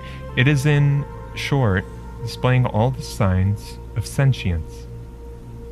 The Greenway itself is sentient? Yeah. So it is the gardener, then. Perhaps not the Greenway, but the ecosystem itself, or something within it. Rico sits on a bench within the peaceful gardens and gestures for you to join her. When you have been growing the drolls and the matsutakis in the aviary, those species so familiar to the Greenway, have you discovered any others? Yeah, I did. These clubheads. Rico can barely contain her excitement. I would like to see those. Please bring me some next time you're here. You look around the garden, amazed at the sense of peace within it. Rico interrupts the silence. There is a species of mushroom that I haven't seen in years. It is dark, short, shaped like a club. We got it. We first found it in those early days when we were working to save this place. It was around this time that we started to lose our first members. They were succumbing to some infection, some mold growing deep in the dark mulch that drowned this place. At that point, we thought we were lost, and then these mushrooms emerged from that same black mold. We tested them and saw that they contained some compounds that counteracted the mold. They contained an antidote. Of course, as a botanist, I saw this as part of the natural processes of this ecosystem, even if the timescale seemed absurdly short. But what I am wondering is if that antidote was a gift. Perhaps, if you are patient, you will receive your gift too, sleeper. You both sit for a while, Rico seemingly done telling stories for today. You watch the light playing off the leaves and plants around you and wonder what forces could be at play in this place. Yeah, so if the garden is creating... The gardener is, like, editing the life in the Greenway to support the people here. I do wonder, like, with these clubhead caps, maybe, like, the gardener is going to create stabilizer for us? That would be nice of them. After a while, you stand and leave with a quiet nod to Rico, leaving her to her memories. But yeah, Rico's been through some shit. It sounds like she was there. She was around during the collapse. Fang was just a kid, I think he said. But Tala too, I think. I think maybe Tala said, like, her father came to die after the collapse and was one of the refugees from the outer part of the system coming to find somewhere to stay. But yeah.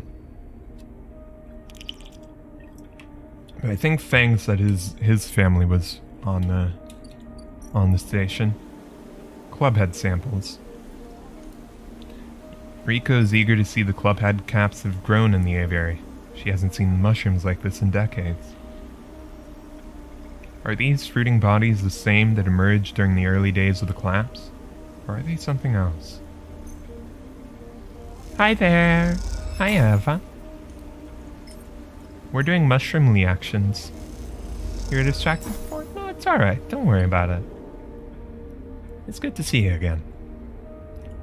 Got the aviary, cooking up some new mushrooms. 2 upgrade points. Waste. I hope we can get some scrap, but trying to roll on that is a little... Oh, that's worse. That's worse. Maybe we wait for a better day. One when we've got a bit better rolls to try and get stuff. Now is... me jog my memory. Okay, emphasis is still a few cycles off from completing that. Maybe we go work in the commune some and see if we can get some energy back. There we go.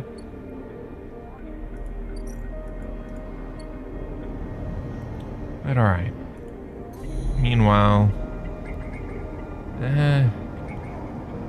we could try and hack some folks and sell off some data, but I don't know. I feel like I'm in the position where I can afford to be, you know, going clean.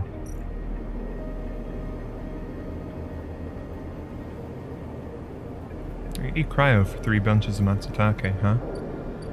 That's pretty good.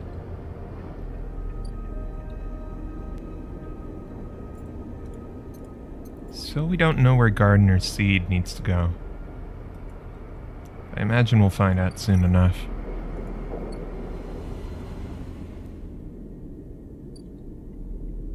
Still explore the hubs more, though.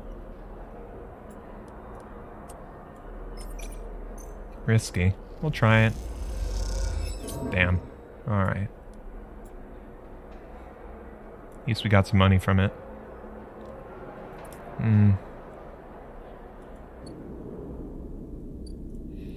Oh, we got a couple ones. Got some intuit actions we could do.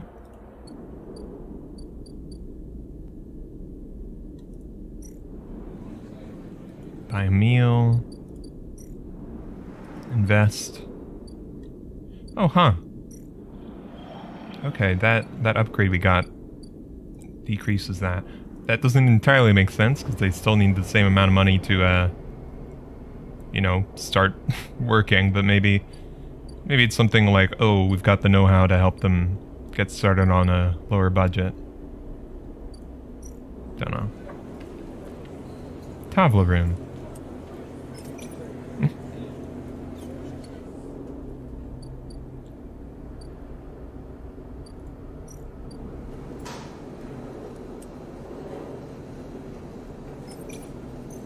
You can risk these. Get a little bit of money going. Alright. Now we can turn in for the night.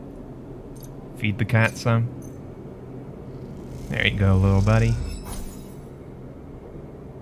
End the cycle.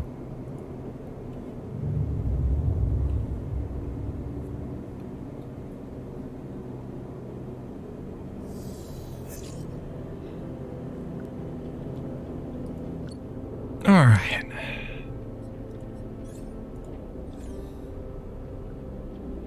Memphis will be done with his recipe next cycle.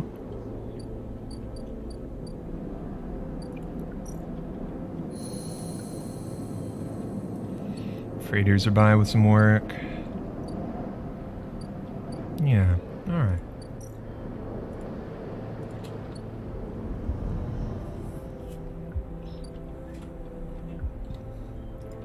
Maybe we finished exploring the hub. Or go out in the wastes? It's a bit of a risk. Dangerous. But we're gonna drop to flickering if we're not getting any... If we don't get any scrap.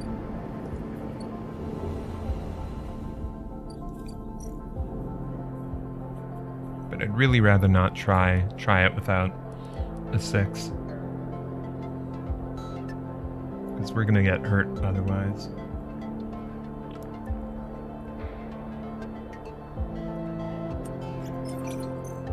Try and engage some. Neutral outcome.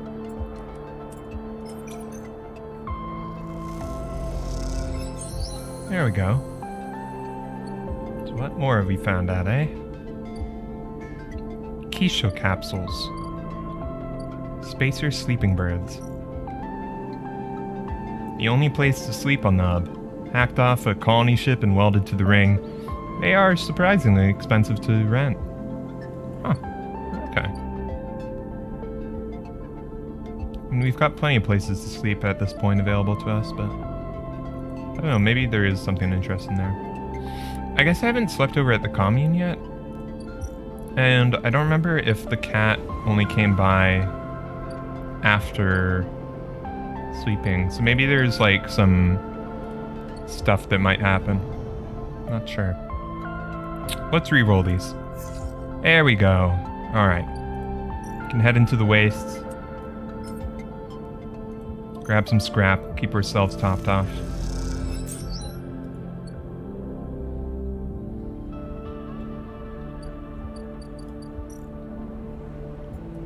Self-repair.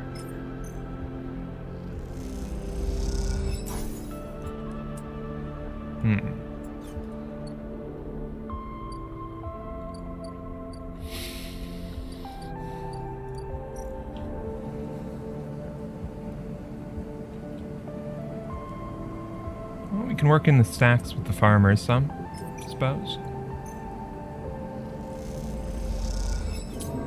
Negative outcome. There we go.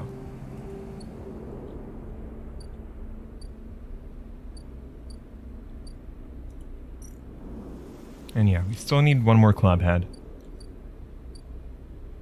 But for now, we'll end the cycle and see how it is living in the commune a little.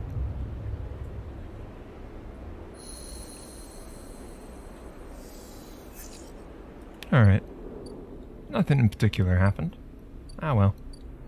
Let's go over and say hi to Emphas.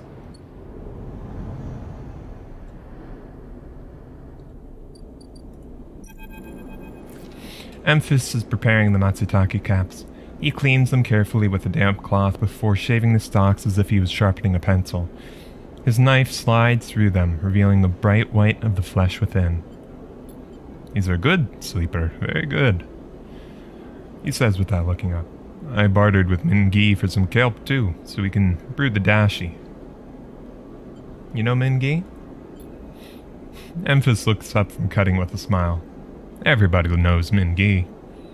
Emphas slides the Matsutake mushrooms from one side and takes out a closed pan. He opens the lid and you see the green water of kelp sitting in the bath of water. The green wafer of kelp. Been soaking it since the last cycle, Emphas explains. Should be good to warm now. Places the pan over the burner and turns it on low. We got some time now. He wipes his hands clean and throws the cloth over his shoulder. However, there is one difference this cycle. He smiles. You have been the one providing the ingredients, so it is my turn to provide the story. Alright. Good. This story is important to me. He gestures for you both to sit at the folding stools behind the stall.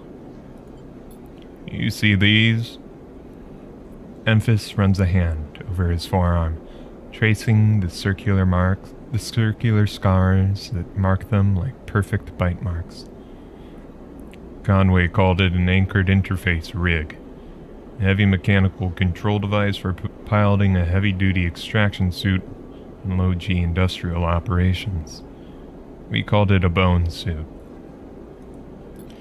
He points to a pattern of larger circles in his shoulder. They drill in and anchor it here and then all the way down the arm. He taps each scar along the way. It maps mechanical movements to the suit exactly. A one-to-one mechanical replication. You swing your arm, a 2-ton arm swings too. You should have seen the recruitment vids. Strong people and even stronger suits tearing through stone and scrap. Superheroes. Half my graduating year signed up from the company school to company shuttle. Conway from birth to death. He stares off into the distance for a moment, fighting with the memories. But the bone suits weren't good. The rate of failures was high, and failures meant arms torn off, anchors torn out, broken bones. Bad stuff. So after a while, Conway discontinued them. No longer competitive, they said. He checks the broth, turning down the heat and adding the mushrooms. So there we were, hundreds of us with surgical alterations for suits that didn't work. They sent us home back to that company colony that spat us out to be cleaners, drivers, cooks. They gave us drugs for the pain and told us to make something of ourselves. When I deserted, bribing some passing spacers to take me into orbit, there were only me and a couple others left. The rest just faded away. Arthritis, osteoporosis, they folded in on themselves like paper lanterns. That was my generation. The anchor points still ache, still burn. He touches the scars. But what burns worse is the betrayal. I've been on the eye a long time now, but that will never fade. Not that and not the faces of my friends. Emphas reaches over and sprinkles a handful of leaves into the broth. It's ready. Damn. Thank you. Thank you for listening to me. I will not let their story die. And as long as I am telling it, it will remain. Emphas pours the broth into a double-walled metal bowl and hands it to you. The heat radiates through your hands and the smell drifts up, rich and sharp like a pine forest after the rain. You drink the broth slowly, chewing the matsutake and thinking. Emphas busies himself with cleaning the pans and the bowl, sealing the kelp back up for another day. Then he quietly comes to sit with you while you finish your meal. Neither of you speak, preferring instead to let the story linger in the air a little longer. It is not that there is nothing to say, it is that sometimes, in the moments after something, speaking breaks the spell. So you both idle, eager to be in each other's company, Emphas taking longer over his cleaning his packing, and you savoring the final dregs of the broth. When you finally finish, hand him the bowl, you feel the spell break, and the story leaves you both. As you leave, you know that both of you are somehow a little more empty and a little more full than before.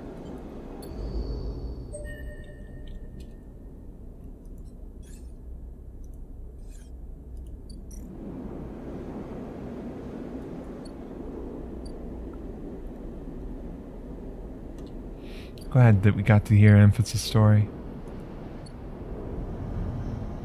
Let me see. We got 3 points now.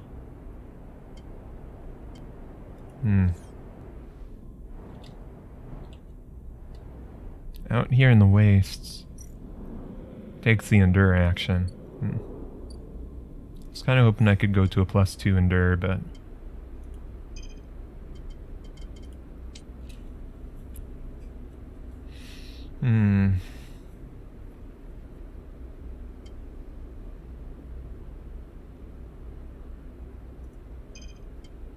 Green engineer for now. Meantime, can at least get enough to keep me going another day.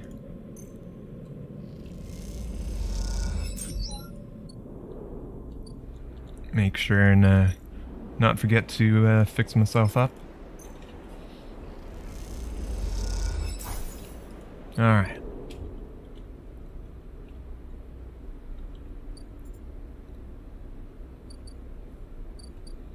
But what to do now? What to do now? Well, I suppose while we're waiting for those club heads to finish up,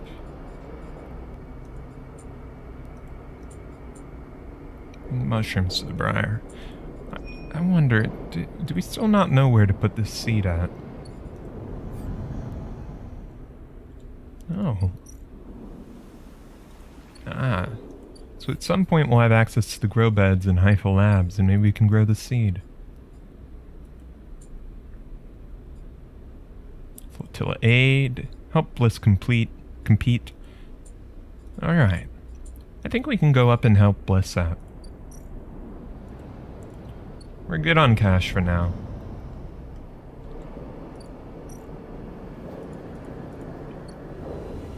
And we got plenty of rolls to throw around. Let's go say hi. Eddie Cryo. Scam or an opportunity? Bliss seems solid enough, and this might be your best chance to get in the hub's repair trade. You're good at engineering now. Bliss is incredibly grateful. I'll pay back every chit, I promise you. Guess you two are partners now. So let's see. Achievement unlocked the Bayview. Repair job. Bliss is bidding on jobs at the hub. It'll take a few cycles and perseverance before one comes in. Oh well, okay. Got a little bit more waiting game to go now then. Keyshow capsules, huh? Guess we can rent one of these. Don't know. Maybe get some work for now though. Haven't been by Itala's in a while. Bantian. Let's do some work there.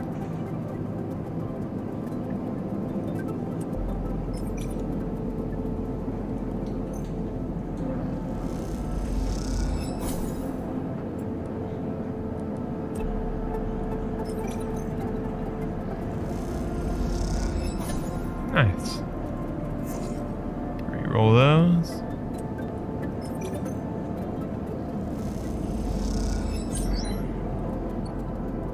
And there we go. A little bit more spending money to keep ourselves afloat.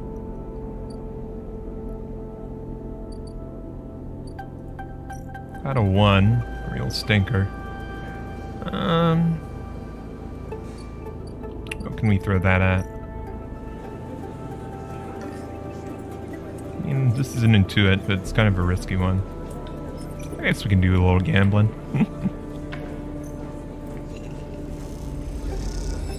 Alright. Made a little money. Worth it.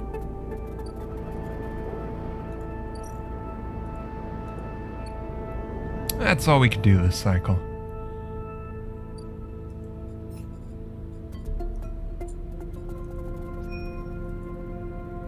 But next cycle, we'll be getting those club heads grown.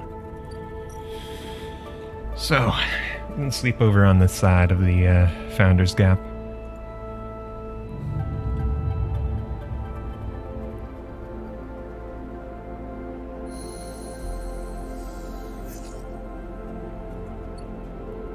Alright. The aviary. Let's see what we can get.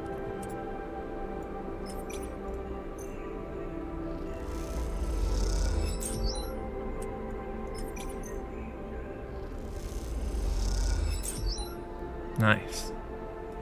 I'm kind of inclined to throw at least one of those 5s at grabbing some scrap.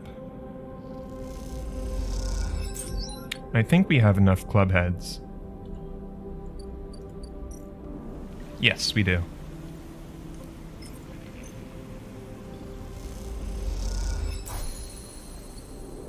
Alright.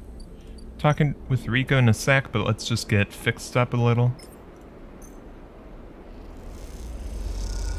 There we go. We're managing pretty well. Rico is at her bench, running small vials of some liquid through an old chemical analysis machine. The whirring of the spinning drum fills the lab with white noise. You aren't sure if she notices you approach. Sleeper, it's good to see you. She looks up, smiling. This little project of ours has been keeping me awake the past few cycles, but right now, well, I think I have something. You should get some rest. I know my limits, she laughs to herself. I just don't like paying attention to them. The drum finishes spinning and Rico lifts a vial from it, holding up to the light. This is something I extracted from those club heads you've been bringing me. And according to my analysis, it is a substance totally unique on the Greenway. You look at the small amount of liquid in the vial. Any idea what that might be? Rico asks, without looking away from the vial. Is it stabilizer?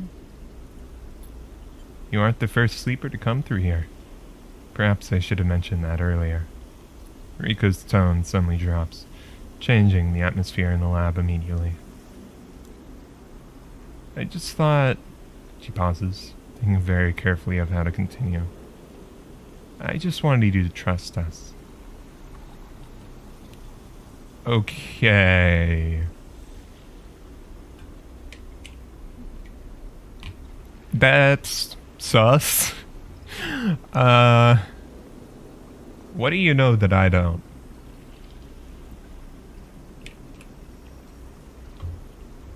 What do you mean?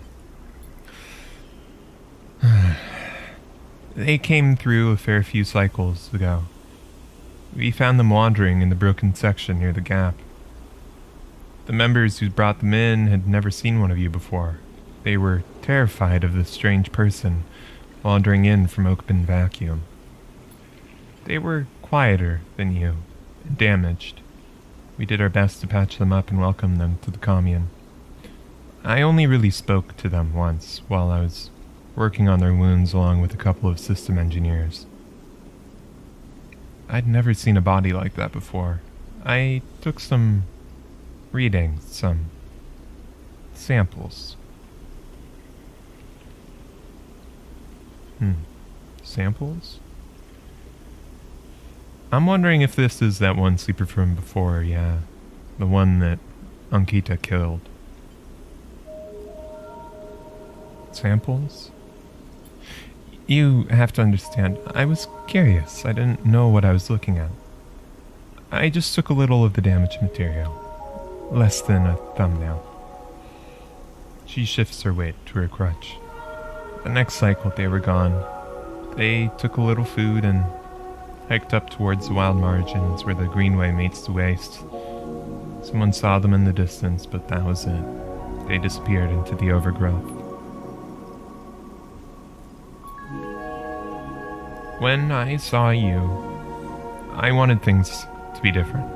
I wanted to keep you here rather than let you disappear into wherever they ended up. Yes, I wanted to understand this place better, but I also wanted to help you. It seems that somehow both my wishes have come true at once. She holds out a hand with the vial. This is for you.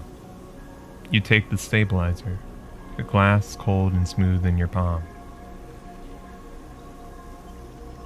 Thank you. Don't thank me. She gazes out at the greenway through the glass. Those club head caps made it for you. Or at least, who or whatever made those club heads. She starts to clear her bench. It was right there, contained in their tissue. Only had to extract it. I imagine you understand how incredible that is. I learned enough from that sleeper to know that your body, your frame, is it? It runs on some exotic technology with a built-in time limit. Somehow the Greenway knows that too. It understands your physiology much better than I ever could. It knows how to treat you. Just like that miraculous antidote that sprung from the mold, so too has it sprung from your presence here. The Greenway is speaking to you. It is welcoming you. I know it sounds crazy, but I know it to be true. Here's the evidence. And what I also know is no longer speaking to me. Even after decades here, I have never seen this kind of response, not since the antidote so many cycles ago. So, I'm gonna make you a deal. You bring me as many club heads as you like. I'll extract the stabilizer and give it to you freely. But you have to tell me what the Greenway says. You have to speak with it, to dig into it, to find what being is at the center of it. I've traveled as far as I can. I need you to do the rest. Can you do that?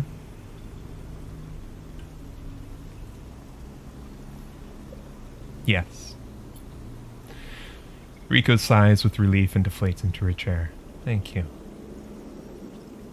I want to learn more about this gardener. The rogue AI continuing to plod away in these gardens. I'm sorry for the other sleeper, truly I am. I'm sorry I couldn't have done more.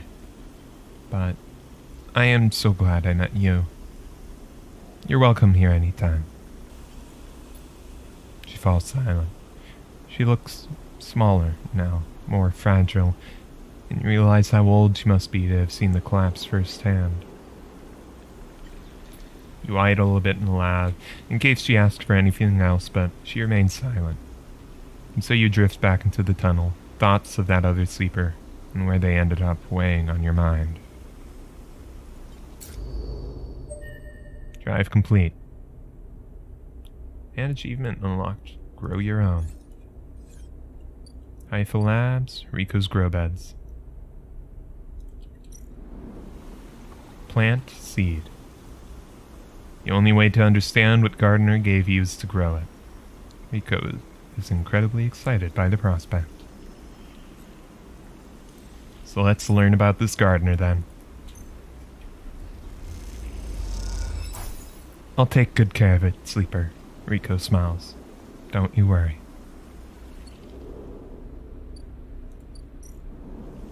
Alright. The seed is planted and Rico is an attentive mother to it. What future is forming here? 8 cycle clock. And stabilizer synthesis. With a couple of clubhead caps, Rico can extract the miraculous stabilizer they produce. It's a hard thing to believe. It's a good thing, isn't it? See if we can harvest any more. Alright. 2 Matsutake caps. So you got plenty of Matsutake for making more food. So that's good. Meanwhile, let's see what we can do with this. Alright. Gathering scrap out there is kind of dangerous.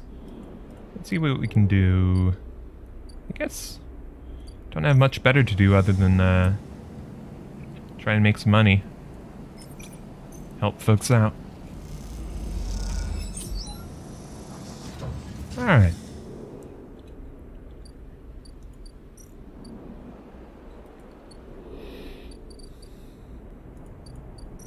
Help the farmers out. But alright. Otherwise, right, there's the Midline Freight Hub. Be a freight operator? Steal a shipment.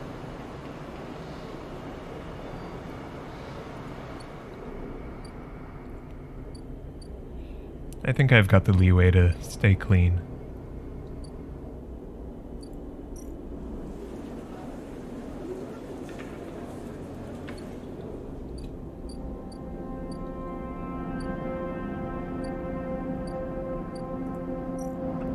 Hope Tchau is doing good. But with 4 Matsutake caps, we should have plenty of food for a while. So, let's take a rest.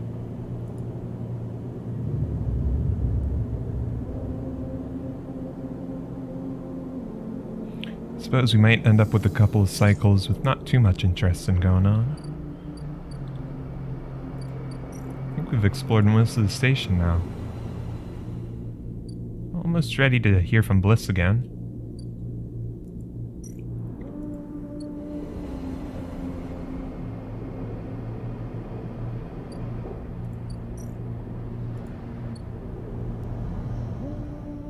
These 5s, we can go ahead and grab some more scrap.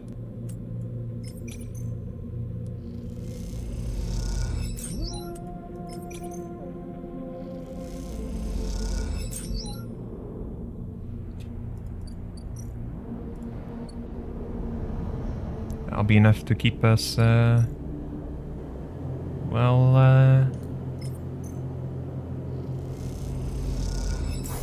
and healthy. Even without being able to, even with now being able to make our own stabilizer.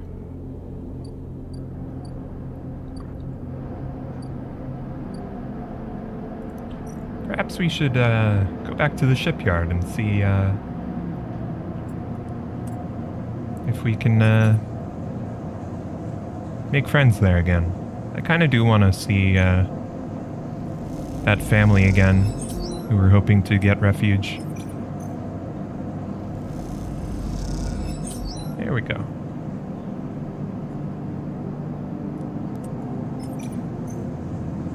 If we roll lucky? Ah, well.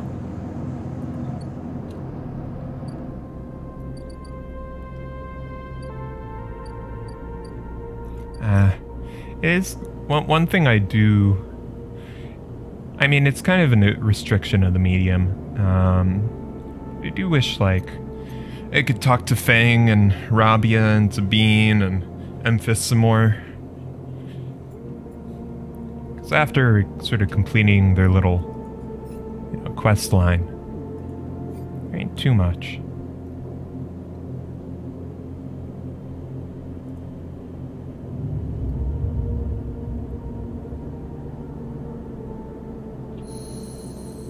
Do wonder. It may well end up being that there isn't really... Oh, Moritz, Lys's assistant. Hey. A quiet voice greets you as you leave. Sleeper, it's me. Do I know you? Moritz. I work for Bliss? He rubs the back of his head. You're not an easy person to find.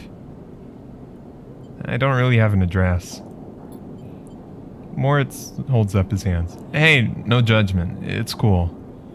You both stand there for a moment, each waiting for the other to speak. The old NPC only ever says the same thing over and over after finishing their questline. Well, I just, like, straight up can't talk to them anymore.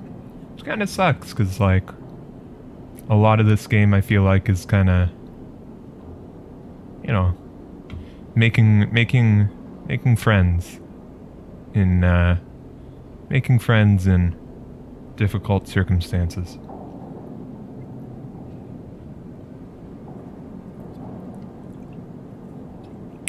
Yeah, I do wonder if there is going to be like an actual end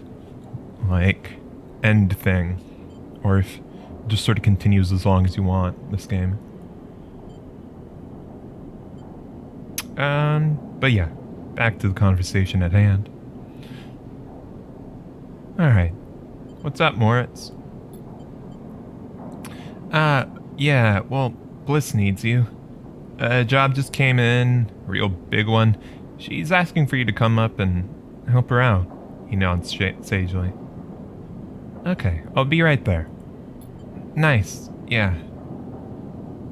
Morris stands there for a little while, unsure if the message is delivered. It's alright, I got it. Cool. He looks around. Bliss just likes me to do a thorough job, He rubs his hands together before burying them in his pockets. See ya, sleeper. Moritz ambles off down the corridor, kicking at a filter cap on his way out. Time to head to Bliss's Bay, then.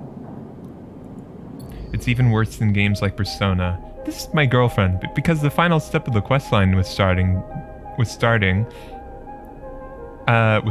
date. We never go out on dates, and she only ever says the same thing to me. Oh, yeah.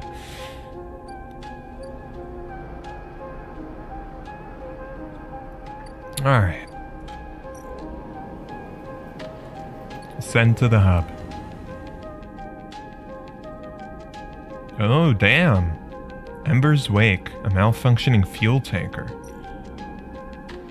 Ember's Wake contract. Somehow Bliss swung a tanker contract. But the catch? The work needs to be turned around real fast. Too fast. Sealing the leaks. Tanker's crew have detected a set of leaks, and they need to isolate and seal them as soon as possible. That's where you come in. Alright.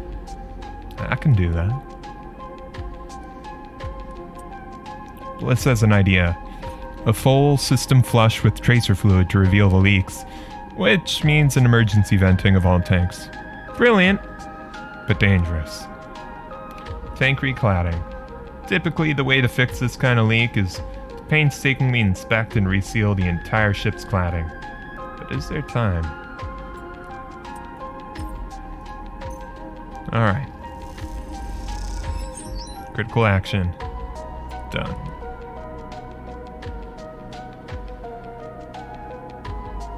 Let's re-roll these. Damn, alright, nice.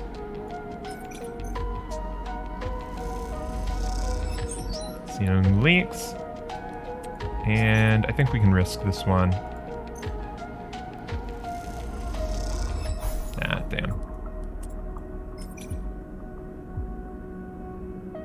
Lose energy if we mess that up. Hold on. I'm gonna go take my lunch break.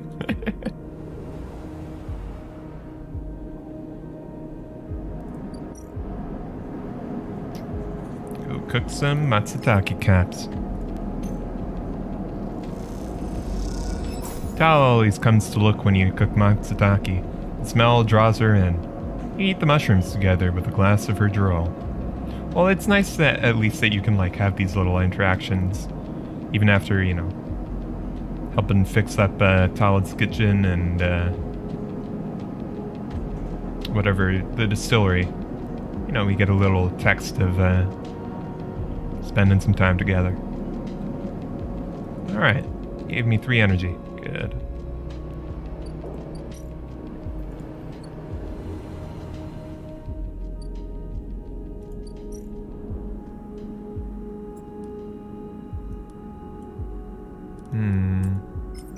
Alright, 50% chance we take an energy loss or finish the job.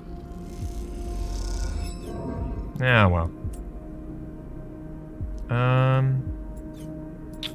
Yeah, I can afford this. I need to get some scrap soon, but I won't drop to flickering quite yet.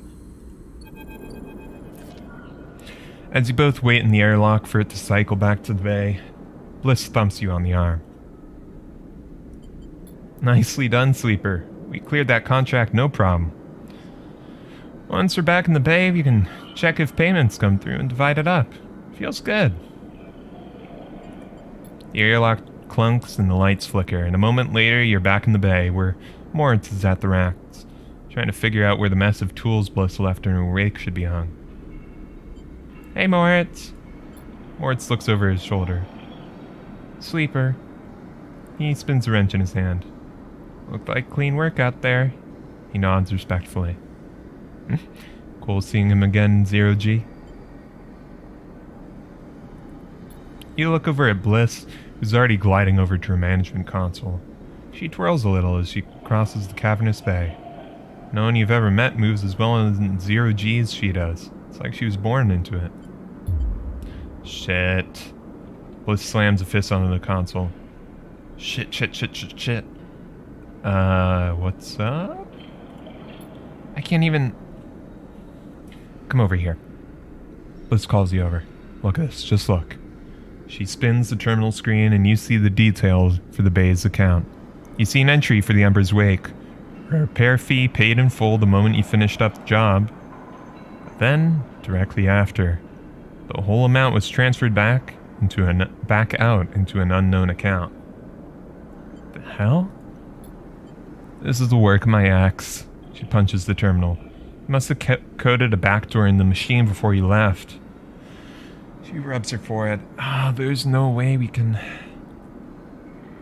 Moritz, throw me that wrench. You gonna fix it? Moritz spins the wrench across the bay. Bliss smiles.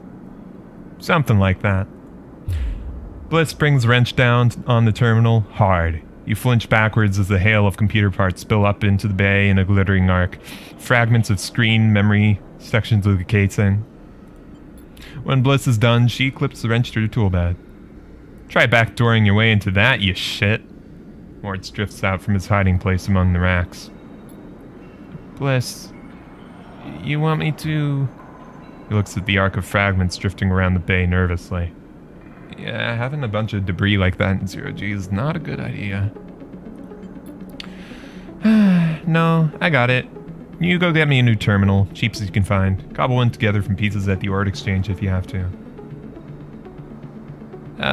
Bliss? I mean, that wasn't the best of ideas. I'm good. I'm good now. Don't worry. One of the first things I had installed when we spec'd this place out was a cleaning sweep. She flicks over a plastic cover on a huge red button. Watch yourself. She hammers the button and a row of laser emitters unfold from the bay wall. They start crawling their way across the work area, frying the debris as they do in pulses of burning light. Bliss smiles. Is that or just space the whole bay every few cycles? I mean, okay. Bliss just going for the nuclear option every time. Alright, what now? We keep at it. The cleaning sweep buzzes and crackles as it works across the bay. That account wasn't everything. I'm not that stupid. Once Moritz gets back, I'll secure it and flush everything else. She flicks a nearby piece of debris into the path of the sweep. Clean break. Then we take another contract. That's it. She shuts off the sweep as it reaches the near end of the bay. You don't want that cryo back? Oh, I want it. But it's gone. You could have transferred it anywhere. She looks out across the hub. And even if I knew where he was, the last thing I'd ever want is to see him again. I'm sorry, Sleeper. I know you worked for this too. But next time won't be the same. Alright. Good to hear. See you in a few cycles. Moritz will let you know. She winks and kicks off into the bay to finish cleaning up. Damn, that's rough. All you can do is move on and wait for Bliss to land another contract. Maybe this time.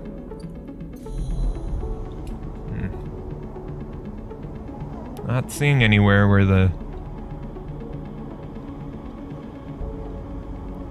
hack would have come in from, but I guess it was already built in. Maybe if the console wasn't busted up, I could have tried to reverse it, but that's alright.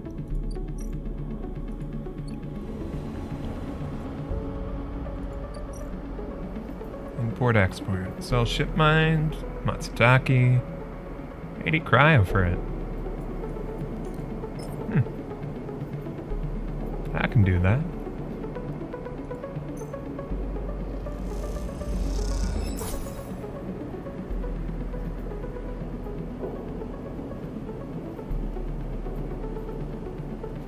Alright.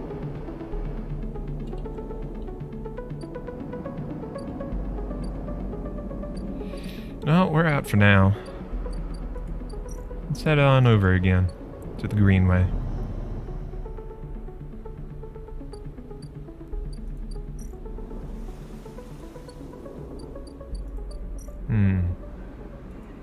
We need to get the aviary fertilized again, so next cycle we'll try and plant a bunch more mushrooms. For now, we'll end this cycle.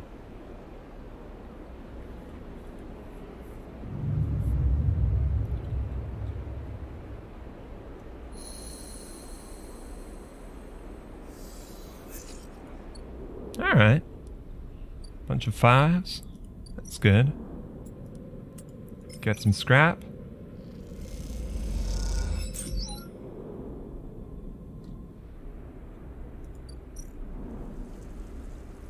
Forage for grove spores. We want to use these 5s on more of that scrap. Get ourselves stocked up for the next couple cycles. Reroll these and hopefully we can get something good.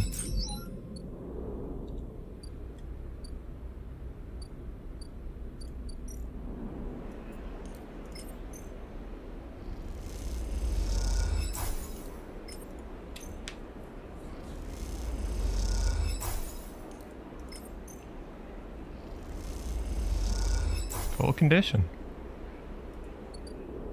Reroll. That'll do. Grove spores.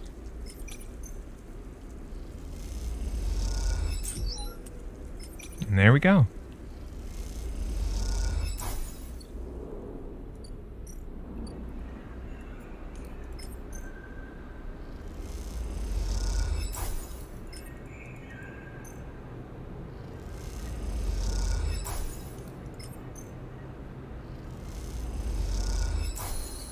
Alright, those will start growing. We should be good.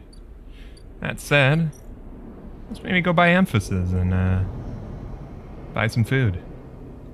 Doing well.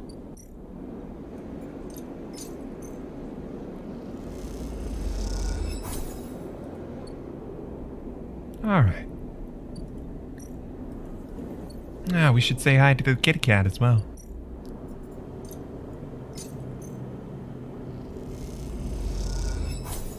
Nice. And the cycle.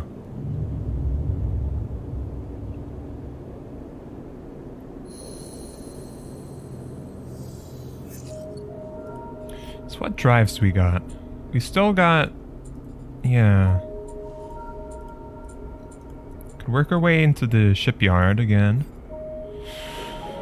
But I am kind of interested in helping out the refugee ship.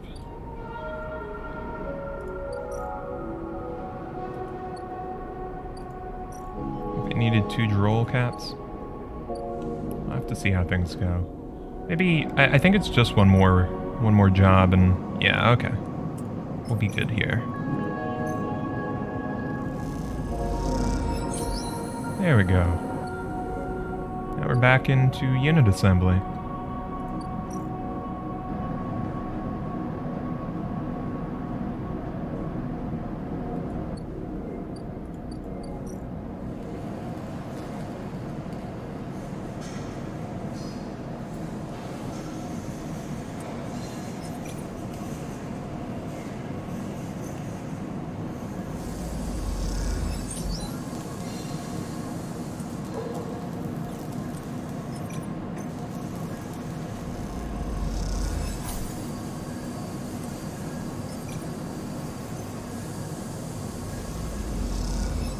Alright. Completed that pretty easy. Let's see. Each shift, a crowd of would-be workers gathers outside the shipyard, each of them clinging to a 4-digit number printed on a receipt paper. These are their assigned numbers, and you are either called for a shift, or you aren't. As you arrive, the crowd is restless and chatter rumbles through the lines. For those who, like you, have graduated to the work teams, shifts are guaranteed. Having just walked out of a meeting with a supervisor where you are praised for your efforts, you feel the glow of a job well done. Yet, you can't help but feel empathy for those huddled as you pass, waiting for their number to come up. You keep your head down as you leave the shipyard, feeling a little guilty as you do. Hey, sleeper, wait up. Lem and Mina. Lem's voice trembles as he shouts above the rumble of the crowd, and you turn to see him pushing through, Mina crying in his arms. Lem! Good to see you, friend. He's breathing hard after shouldering through the waiting workers. You made the work team. Good for you. He tries to catch his breath, stroking Mina's hair as he does. Shh, baby, give me a second here. He smiles weakly at you as he comforts her, and then her cries start to fade. Out of the crowd, he sets Mina down by his side, shiny streaks down both of her cheeks. As he does, you see he's clutching an assignment number on a crumpled piece of paper. Is Mina alright? She's good. We just had to rush up here. He puts his hand on her shoulder and she clings to his side. Esther, who usually takes her, is sick. He stretches. I don't know what... A noise sounds from the entrance, a klaxon, followed by a list of numbers growing brightly on a display screen. The crowd responds initially, pushing and pulling as people try to wade into the entry checkpoint. Lem stops and turns back towards the crowd, then glances down at the crumpled paper. That's my number. Shit. Mina... He starts patting the pockets on his gear and glancing around. Go, I'll watch her. He blinks a little, staring. Thank you, I'll... He crosses over me. You're gonna stay with our friend here, okay? They're gonna keep you safe and... here, take her bag. He shoves it in your hands. She's got food, she's got... Ah, shit, I have to go. He backs away into the crowd. Mina, I'll be back real soon, okay? Be good. Then Lem disappears into the roiling crowd, who are now trying to get into the shipyard before it locks down. Mina stands staring, suddenly small without Lem at her side. She fixes you with a dark-eyed look you can't quite read. Hey, Mina. She holds the stare, unmoving. The two parallel tear tracks still glint on her cheeks. You alright there, hon? She sniffs and looks down. Well, check the bag. You unlatch the top of the bag and see a few metal containers, fashioned from scrap components. A battered slate sits on top, blinking a low battery warning, and tucked beside it is a ragged rabbit, hand-sewn.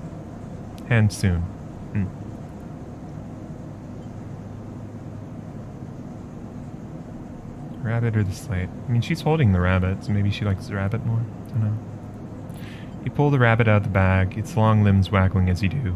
Mina goes to jump and grab it, but holds herself back. She stands and hugs herself, eyes on the rabbit. What's her name? Mina turns away and looks at the entrance to the shipyard. This isn't going well.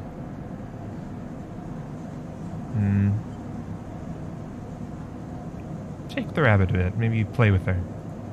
Mina jumps a little, startled. She glares at you. Oh, sorry. Here.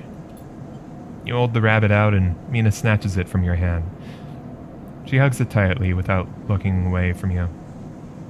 Bun, she says, staring you down, ferocious despite her size. Hey, Bun. You move a little closer as you speak, closing the gap. He doesn't speak, she says. She looks at you suspiciously, but her face softens a little. She waggles Bun in front of you and then walks him up your arm and onto your shoulder, where he sits. She pokes your arm a couple times. Are you really a robot? Sort of. Yeah, she thinks. Me too. Mina has more questions. Lots of questions. Questions about how you breathe or if you rest. But before long, you're talking about rabbits and what Esther, the lady who usually takes her, smells like, and whether or not fairies live in the ice heating pipes. This is nice. Good kid.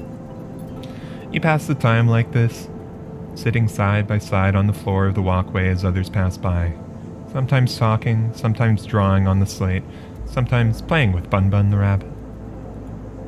And this is how Lem finds you, just as both of you are starting to yawn. He is dirty and tired, but Mina leaps up his legs and into his arms as he stumbles backwards.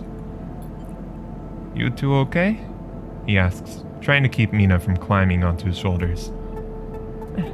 Yeah, we managed. Mina glances carefully at you, hiding a smile that is slowly growing. Well. Looks like Minnie can be nice. He pokes her in the ribs, and she squeals in delight. Thank you, friend. I mean it. He gives you a warm, wide smile. I owe you. No, it's nothing, Lem. Don't worry about it. Look. He glances around. It seems like Esther, the lady who usually watches her, is going to be out for a spell. If you ever have some time, I'd really appreciate you coming down to her place in the low end. He grins sheepishly. If you have time. But now I have to take this one to go eat. He plays at biting Mina, and she giggles in response. See you, sleeper.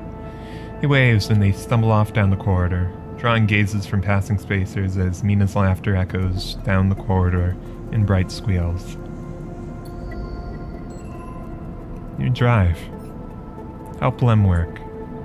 If Lem wants to leave on the sidereal horizon, he'll need someone to watch Mina while he works his way onto the construction crew.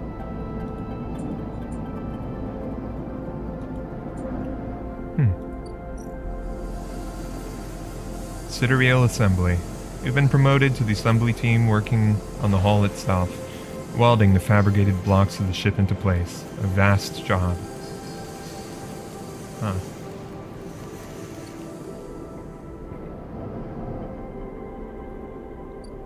Meanwhile, Lem and Mina's unit. Babysit Mina. Lem can't work shifts in the shipyard unless someone watches Mina. You two seem to get along last time, and Lem is desperate. Tick it out. Unless Lem gets time in the shipyard, he won't qualify for the Sidereal crew lottery. Watching Mina gives him that chance. Alright. Let me just check. We've got enough energy for tomorrow. We've got enough condition as well. Heck, we've even got some scrap components to fix ourselves up with.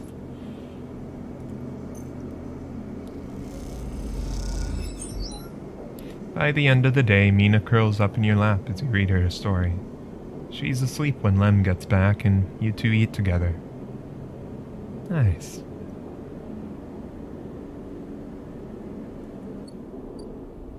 Well, Lem, Mina, see you tomorrow, I suppose.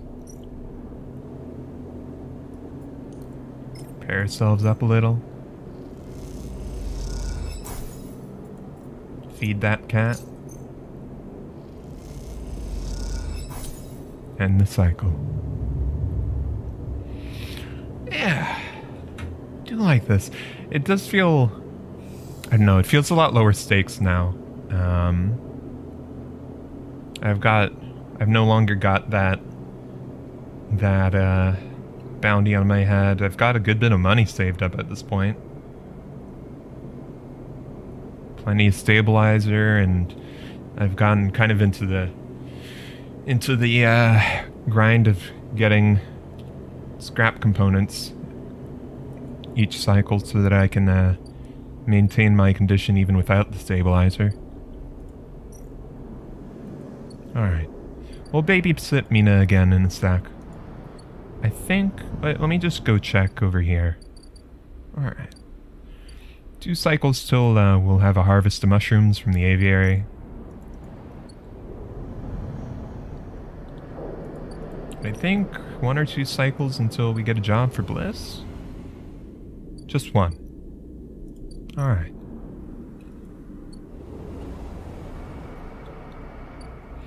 Alright, let's do some babysitting.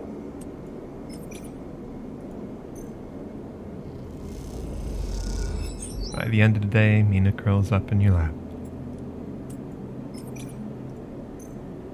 I do feel like maybe... Yeah, there we go. I feel like maybe something that they could have done, especially with actions like this where, like, in fiction, like, it only really makes sense for this to be something you do once a cycle. It might have been interesting if they had, like, implemented that as a mechanic, though maybe they might have also just, like, tried that at an earlier build and, like, found it added too much complexity or annoyance. Because it does kind of feel like some of these, like, I was able most through this playthrough to kind of brute force my way through like tasks pretty quickly. Like, I would just sort of, once it felt a bit, I didn't feel as much when there was a bit more of a time pressure from, you know, like, oh, there's bounty hunters after my ass, and oh, I'm not sure if I'm making enough money to, like, stay stable. But at this point I've, like, kind of figured out the systems, you know, I know how to play it. Which is kind of an issue with any game where you sort of, you know, the first time playing, like, it's the most magical because it's so mysterious. But now, like, I know how this game works in many respects. But, yeah, like, I feel like maybe if it was a limited, like, once per cycle type of action, I mean, yeah, they already had critical and repeatable actions, and adding another one maybe was just too much complexity. But I feel like maybe if they had done it that way, it could be like a thing where that would space things out enough where you'd be pursuing, like, it was really interesting whenever I was, like, pursuing multiple different drives at a time and kind of had to balance those where it's like, I'm not quite sure if I can finish this one Like, I've got to choose, again, I really liked earlier, I think it was the first episode, where it's like, I was like in a rough spot and like making selfish decisions that like weren't doing good things for other people, like with that mercenary job, like where I could have tried to stop Ankita, but I was like, I really need to get paid though, and that had ended up with Ankita killing 2 people. But like that sort of thing is really cool. And at this point in the game, I sort of feel like I'm not quite getting it as much. I don't have that pressure on me anymore at this point. But let's continue. She's asleep, whispers Lem, creeping back out of the unit's tiny bedroom, sliding the door shut as he does. Looking alright, Lem? New sprite? You are perched at a thin bar in the main room. The slate in front of you is still glowing with Mina and your drawings from a cycle spent together. There's a ring, the only world Mina has known, with stick figures standing along its edge. The tall one is you. Oh, didn't know the sleeper was tall. Drink? Asks Lem, producing a worn-looking bottle of Droll from under the bar, its contents glowing amber in the fluorescent light. Yeah, sure. Lem nods and glugs a few fingers into a couple of metal tumblers, then sits down with you at the bar. Cheers, he offers, and you clink the metal containers together. You know, we actually have something to celebrate this time around. Lem gives you the sideways look. I made the assembly team on the Sidereal. He grins broadly. Clearly, he's been desperate to tell you all cycle. That's good, dude. Holds up a drink. Couldn't have done it without you keeping an eye on little meanie back there. Lem shifts a little in his stool, looking a little uncomfortable. How's our girl doing, sleeper? I haven't seen much of her these past cycles. Huh. She's doing alright, but she misses you. Yeah, he says to no one in particular. The silence stretches out as Lemon takes a drink, his eyes fixated on the bedroom door. She's great. She's a good kid. He nods. I can't take all the credit for Mina. She isn't actually mine. He gazes into the middle distance. I pulled her off a refugee shuttle out by one of Ember's moons. The colony was falling apart for decades after Solheim collapsed, surviving on next to nothing. Eventually, some of the residents tried to make for the eye on these decrepit old shuttles. He sloshes the drink around in his tumbler. They had no idea what they were doing. The one Mina was on decompressed halfway there. Everybody got spaced. Only reason she made it was someone sealed her in a weapon locker. She was ice cold when I reached her. Purple lips. He shivers. Once I picked her up, I wouldn't let go. The medics treated her with me still clinging onto her. He takes a drink. Still not sure why. He reaches over and refills his cup. We weren't exactly anybody's heroes, you understand? We were private military, hired in by Conway to protect their claims in the collapse. Once I got Mina, that was it. I quit. Got us dumped here. Done as best a job as father as you can. You saved her there. I'm gonna sound like an idiot now, but he sighs. She saved me. That's the truth of it. He looks around the decaying unit, its stained plastic plating and flickering lights. Me, I brought her to this. She was tiny, too small to know what she lost. But I can't stop thinking about it. He rubs his eyes, dark with tiredness. What if our number doesn't come up in the draw, sleeper? What then? Sidereal will sail off without a thought, leaving us here. What kind of life is that for her?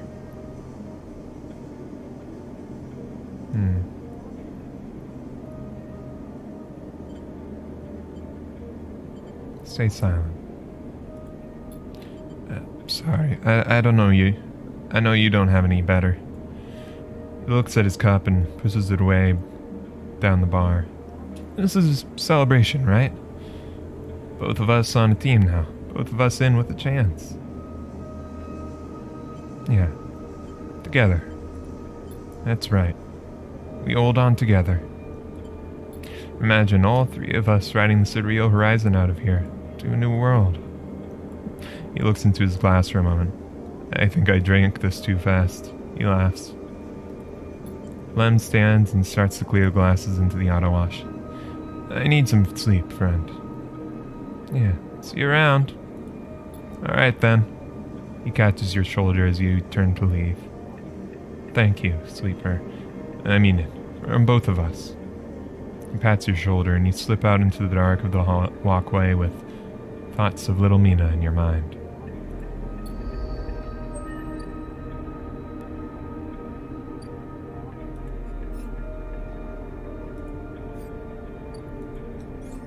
Two upgrade points.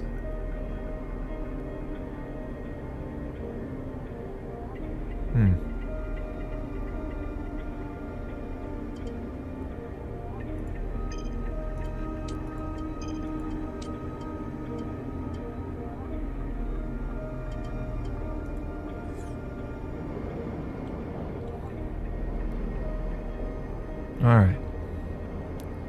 I don't know if I really do plan on leaving on this surreal horizon. If I do get a ticket, I think I'd like to offer it to them, Lem and Mina. Oh, we still got a cycle. Never mind. Right, I forgot.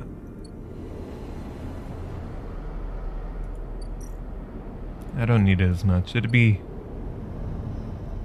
at least sad to say goodbye, but you know, they want it more than me. And I've been figuring out how to survive on my own up here.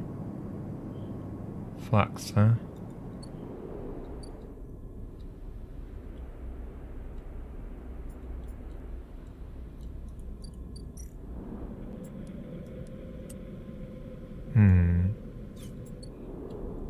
Let me see if I can get some droll caps.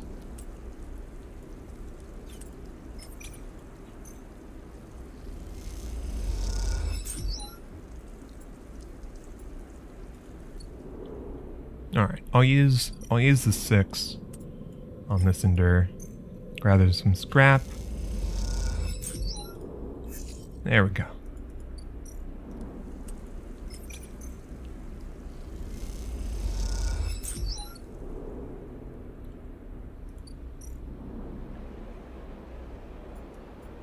Self-repair.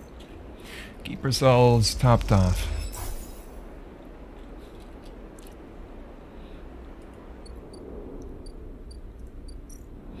And now, we wait till the next cycle. What's our time? Nearly 3 hours. Alright. Oh. Sleeper! Moritz is waiting for you on your way out. How have you been? Surviving. Moritz nods. That's a struggle. Glances around. He runs his hand through his hair. I've been meaning to ask you, Sleeper. What's it like? He pauses, suddenly unsure. I mean, you know, what does it feel like? To be a sleeper? Yeah, if you don't mind. I'm getting used to it. That's good. Pauses. Really good. I want to say I have a lot of sympathy for it, like having to find a place, having to survive, having no future. He looks down. A lot of people around here understand that. Moritz looks away, and you notice him for the first time, not as Bliss's assistant, but as someone with their own worries, their own struggles, their own life. You'll feel bad for not noticing earlier. Moritz looks back at you. Anyway, got a message for you.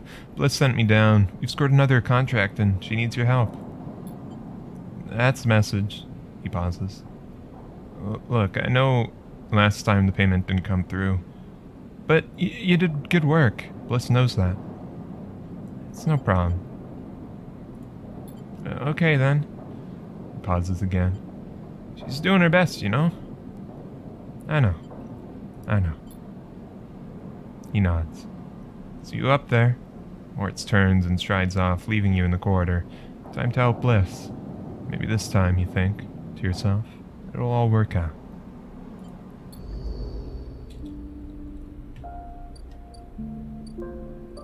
Javier is nearly ready.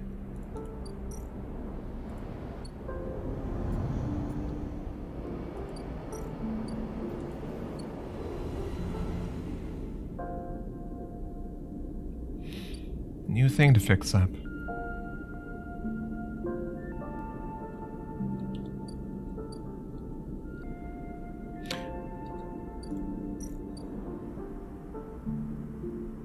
Huh. Saving the crop. The sycamore seed needs to be reinforced and sealed, otherwise the crop will be lost. Fragile biome. The sycamore seed's internal biome is in trouble. Every action will bring it closer to collapse. Vent a section, you've got a better chance of saving the remaining crops. But you lose some in the process. Question is, how many?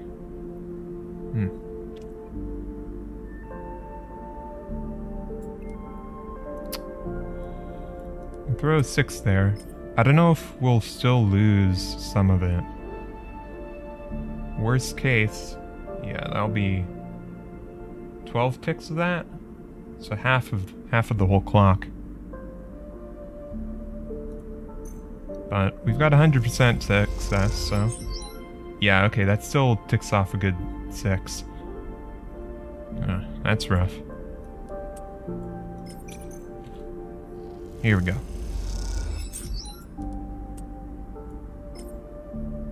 Yeah, even with the positive outcome. Damn. That's rough. Alright. It looks like it'll be alright. With Bliss at your side, you work neatly. It is impossible to cause no damage, but you limit it as best you can.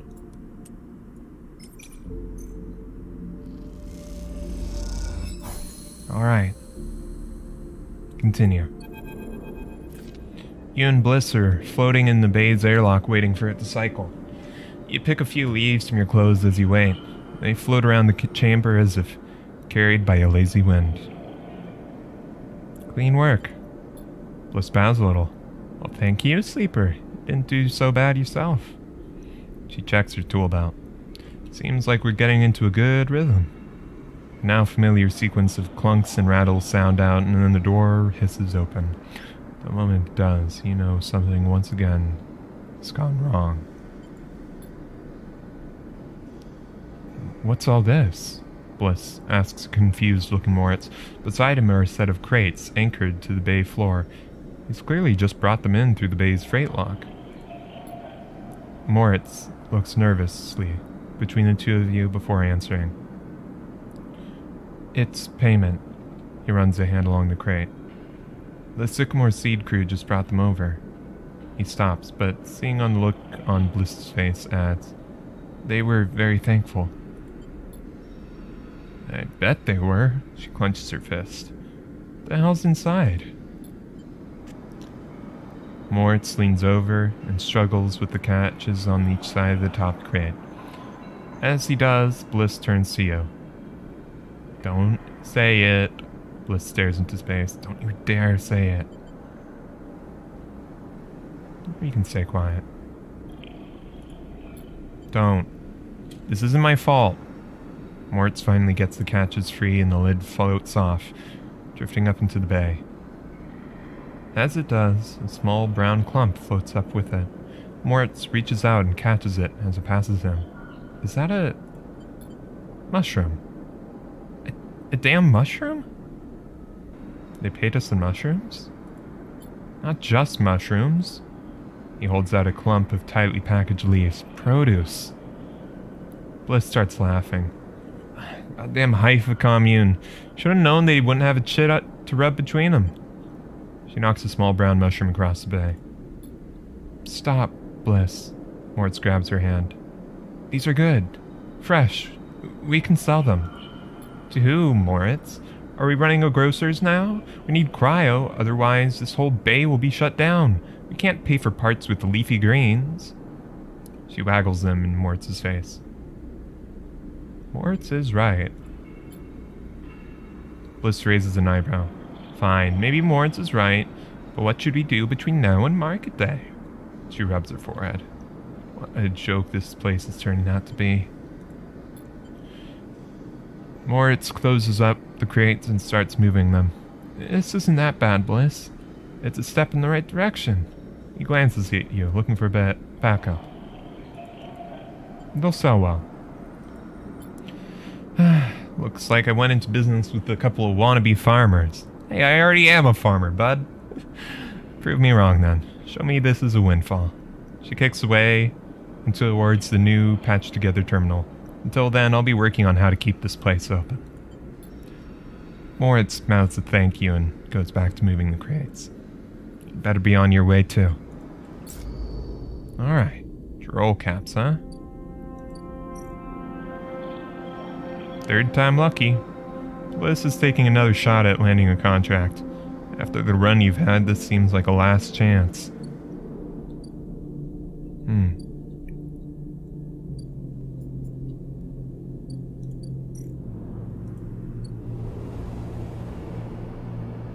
Alright. Export is... yeah, not taking Matsutake. Well, it's taking Matsutake, not Jorol. Oh well. At least it's something, isn't it? Meantime, though, we'll have to wait for next cycle.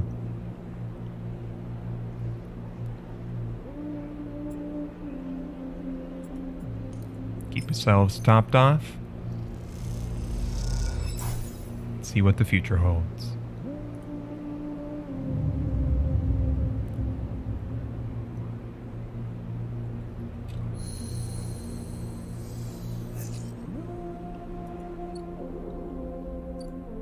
Aviary.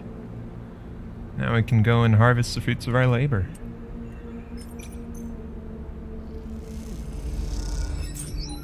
Nice.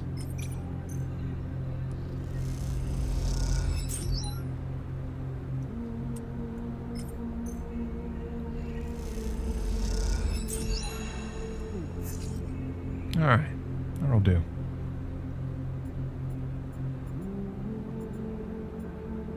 Plenty of club head, which I guess means even more stabilizer.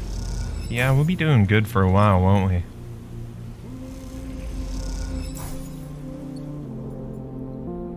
We can probably keep on trucking a good long while like that.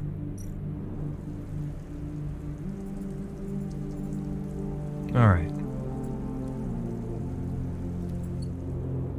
What do we want to do here?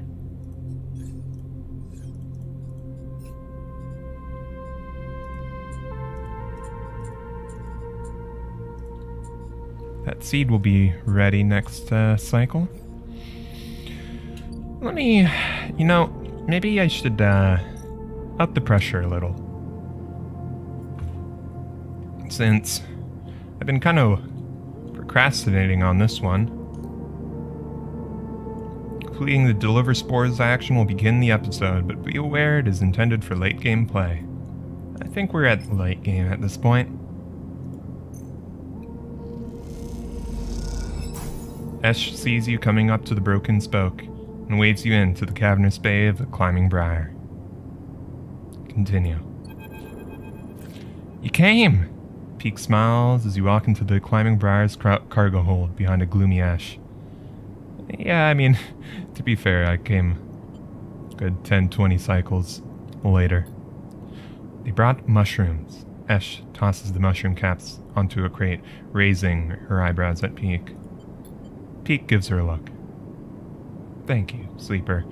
They pick one up and sniff at it. Are these edible? Yeah, they are. Try it. Yeah, they are. Peek turns the cap over in her fingers before putting it down. We're not so used to fresh produce. Esh is securing crates as she speaks and doesn't look up. Hawthorne doesn't have much in the way of farming. Hawthorne? The insulation we grew up on. Esh wipes off her hands on a rag. XPR loves to name their property after natural things, but that's about as far as they get their relationship with plant life goes. XPR? This an interrogation? She glares. Either way, we're done with that place, which is all you need to know. Alright. Esh leans back against the crate she was securing. We're gonna need more than a few mushrooms if we want to help those refugees, though. What do they need? Food, water, components, a whole lot of things. Esh stands and walks over to the mushrooms he brought, placing them into a small container with care. The problem isn't just getting supplies, it's getting them through to the ships. Can you not fly around? And get Briar seized for breaching quarantine? Oh, thanks. We were lucky we got here before the cordon was set up. That's the only reason we're on this side. Why is there a quarantine up? Peek jumps in. The eye has a closed-loop life support system, just like any orbital installation. Any unfamiliar illness or significantly increased strain on life support could cause a cascading collapse in its systems. F scoffs. Are we making excuses for these bureaucrats now? Peek turns. We're being realistic, Ash. But these people aren't in increased strain, they are living people. Ash stares at you. Even calling them refugees is a way of turning a lot of scared, desperate people into a single monolithic group. Ash slides a container full of mushrooms into one of the cargo holds racks. Look, as much as I'd like to chat, we still got a lot of space to fill in this hold, so if you're gonna help... I think Ash is trying to say we need your help, and quickly, Peek says, glancing at her. The refugees behind the cordon, they won't be able to hold out indefinitely. We need to get supplies to them in the next 12 cycles, or... Ash steps forward. Or Havenage will have to bear the responsibility for whatever happens next. What can I do? There's three things we still need to secure. Water, food, and scrap components for ship repairs. Ash gestures to the storage containers around the hold. Water we can find a way to source, or my preference just siphon off from the underground reservoirs in the Greenway. Peek raises their eyebrows. Ash? She ignores him. For food, things could be tricky. Those mushrooms are delicious, I'm sure, but no way we can get enough volume to feed a flotilla. However, I saw an algae stack on the way over. If we can get access... Not more stealing, Ash, Peek sighs. I didn't say steal. She stares at them indignantly. If we can get access, we can work the stack, harvest some algae for the flotilla. Those stacks churn out vast quantities in short time scales. And the repair components? Ash asks tentatively. Ash smiles. Just look around you, Peek. This whole place is made of scrap. She shoots you a glance. I'm sure the Sleeper has their sources. They can bring them right here. We get everything before time runs out, perfect. We get most of it, also good. Either way, in 12 cycles, I'm gonna take what we have and go. How will you get through? Ash shoulders the container. I thought I'd leave that up to you, Peek. They flinch. Are you serious? Ash, I know we said we would help the flotilla, but at what point... They stop, take a breath. Okay, take this seriously, Ash. I don't know the first thing about breaching a quarantine cordon.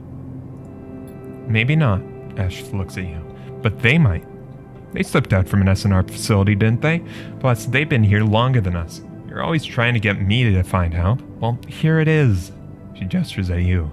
Help. Peek glances between the two of you. I'd swear to... They sigh. I need to think this over. Meet me at the cordon in a couple cycles, Sleeper. Maybe we can figure something out. Meanwhile, Ash meets your eye. You help me acquire supplies. Discreetly, she smiles. We have to keep this quiet, keep Havenage out of the loop. Once we get suspicious, this is all over for us. This all suddenly seems a little too real, too dangerous. You've only just found your feet on the eye. This is not a time for causing trouble. That's alright. I'm fine with causing a little trouble. I've already caused plenty of trouble for Haugen, haven't I? Come find us. We'll be out there trying to pull this all together. Ash goes back to the back of the hold to start packing another container. Peek, come with me. Peek glances back at her. Sleeper, look, we didn't choose this either. They lower their voice. Help us finish this. We've set you up a base camp on the Broken Spoke. You're welcome to rest there in any of the cots we work on this. We're in this together. Peek, Ash shouts, and they walk back into the hold to help with the container. As you leave the climbing briar, you look out at the broken edge of the eyes ring where Haugen's cordon blinks with tiny red dots. What are you getting yourself into? Ah, okay, so these are the refugee ships out here then, aren't they? Okay. The cordon. Peek asks you to meet them at the cordon. You hope they have a plan at cross, because this place seems imposing. Briar Base Camp. Climbing Briar. Scrap for the flotilla. One of the three things the flotilla needs are components for repairs. There's a lot of ships, which means a lot of scrap components. Alright. All the supplies in the world are nothing without a plan to get them to the flotilla. That's Peek's part in this. Clock is running. In 12 cycles, Ash will make her run to the flotilla. The better prepared she is, the better the result will be. Briar Base Camp. Alright. Well, no self-repair for a good while, or you need to save up those scrap. Algae stack. Right. Flotilla aid. Water, algae. Alright. Siphon water, hack sensors. The reservoir is monitored by a web of sensors. Hacking them will reduce the alert level of the system and keep you from getting locked out. Haugen alert. Haugen have installed a complex sensor array to monitor the reservoir. Trip this and the whole place will go into lockdown. Alright.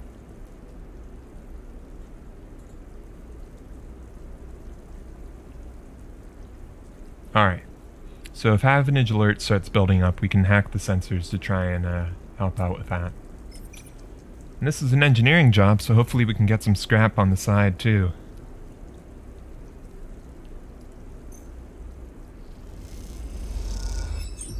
Alright. Don't suspect a thing. The algae stacks. The algae stack is controlled by a small collective of farmers. If you want to use it, you'll need to persuade them. We'll see what we can do. Damn. Ah, but Thrillseeker gave us that energy back. Nice. Alright.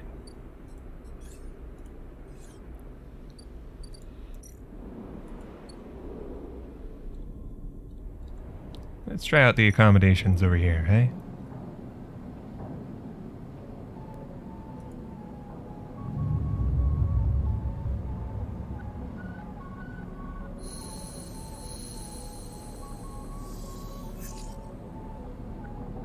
Alright.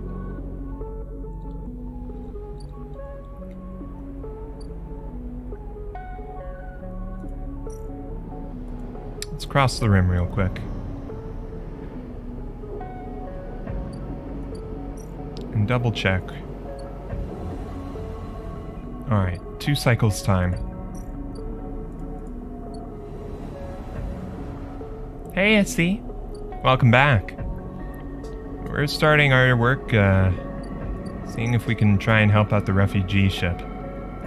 Oh yeah, let's buy some scrap here.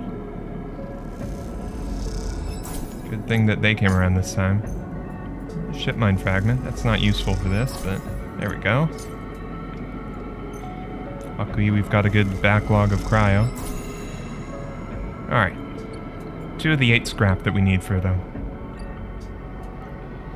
does mean that we can't keep ourselves topped off with the scrap ourselves. We're gonna have to refrain from that. We'll see. Is it Real Horizon still there? I guess I can get a little bit of pay for this ship mind. What did they offer for that? 30 cryo. Alright. Not quite as much or as good as building up 3 of them and then selling them for 150 for a full ship mind, but it's something. In the meantime, let's go by Tala's. I'm very grateful for letting us around. Cook up some matsutake. There we go. That'll keep us tided over. We've got plenty of matsutake caps and be able to make sure we stay fed. Let's talk with Rico. What's the win condition of the game? Completing all the quests? Yeah, that's one thing that I was wondering about it earlier. I'm not quite sure what the win condition is, but I do want to at least explore all these stories that are going on. Rico has something in her hands when you enter the lab. It looks like a clotted twist of woody stems, a ring about the circumference of a human head, consisting of a single stalk at one side and a branched woven network at the other. As you approach, Sheila holds it up, and in the lights of the lab, it looks like a crown. Rico finishes your thought. She smiles and shakes her head in disbelief. Is that what grew? It is. I came to the plant this morning, and this loop was all that was there. She points to a lump on the edge of the ring. The seed grew right back into itself, twisted up out of the soil. That being you encountered, in the cloud, as you call it, was it wearing one of these? She eyes you suspiciously, still unsure if she's somehow embroiled in an overlong prank. No. She sighs. I suppose that would be too easy. She smiles to herself. A root crown. She places the object on the bench and shuffles to her analysis terminal, her face lit by its amber light in the dim corner of the lab. Well, it isn't exactly a plant, anyway, not from what I can tell. She gives you a serious look. No leaves, no chloroplasts, just a series of filaments encased in cellulose walls. How did it grow, then? It seems the seed contained everything it needed. A self-contained entity, nothing less. She beckons you over. But that isn't the good part. Look at this. You see a cross-section scan of the crown, its layers of plant-like structure on full view, till you reach the center. There, instead of xylem and phloem for transporting nutrients, something branched and woven glints. Metal? In part, yes. They seem to contain metal, perhaps absorbed from the station itself. Excuse me. But do you see those branches? They remind me of dendrites, of neurons. She rubs her eyes. Which is, frankly, ridiculous. You look at the crown and the table as Rico fuzzes over the scans, and you suddenly realize what it reminds you of. You remember signing the forms, the walk to the sleeper tanks, the cold metal floor.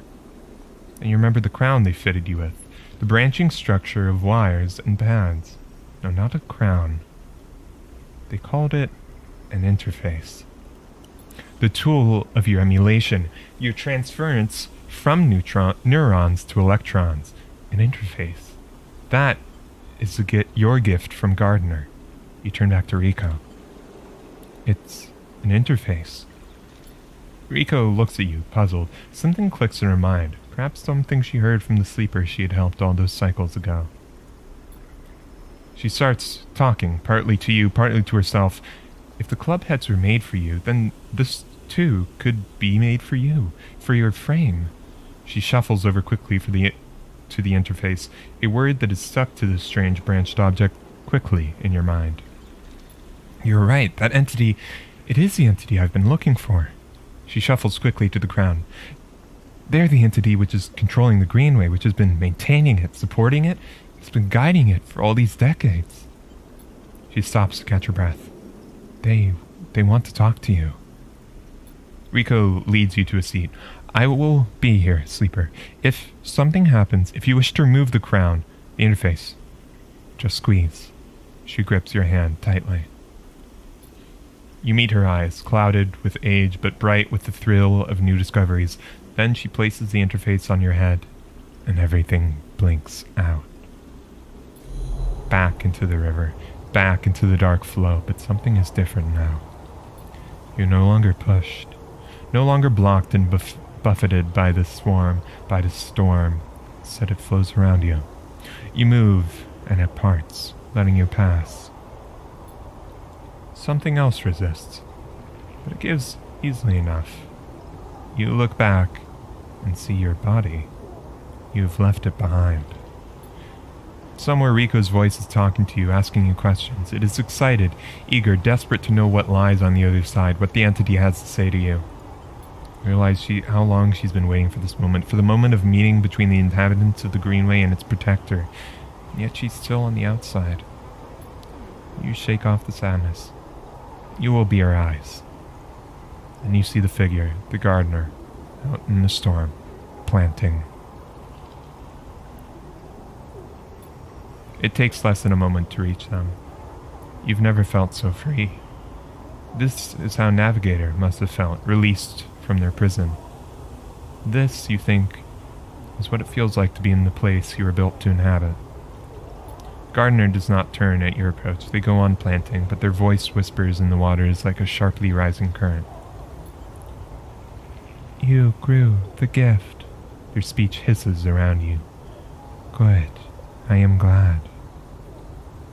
I wanted to meet you. Then we are the same. Both eager shoots seeking one another. How does it feel to be free of your seed? They stoop to plant again.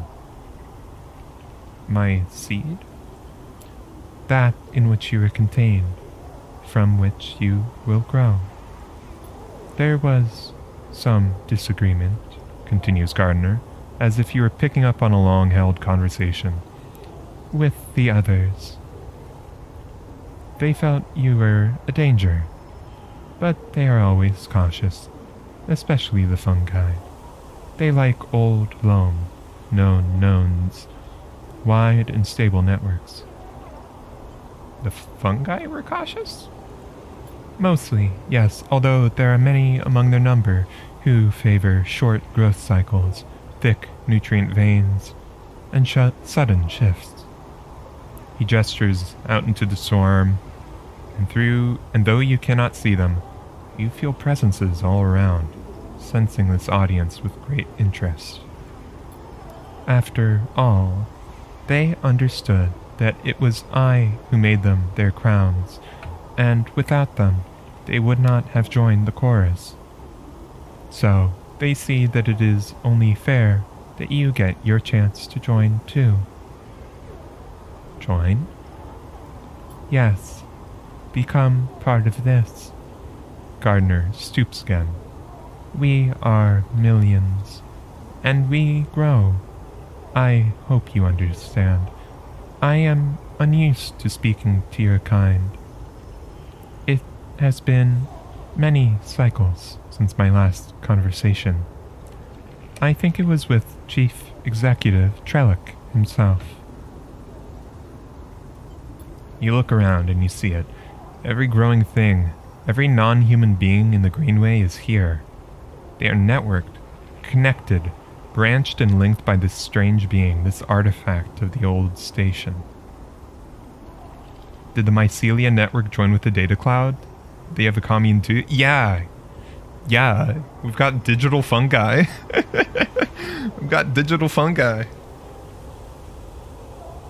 But I've got like work to do outside the hive mind right now, so you do have like a leave policy, right?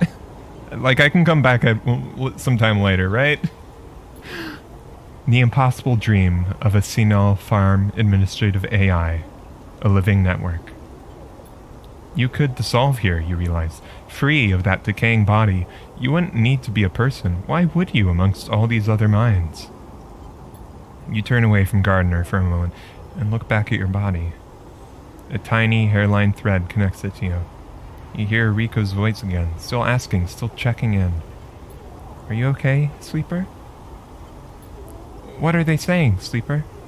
Are you still there, Sleeper? Something in you sighs alongside. A sigh that speaks of an exhaustion beyond tiredness, an exhaustion rooted deep inside you. It stems from the effort of answering questions, of answering problems, of getting up and breathing each cycle.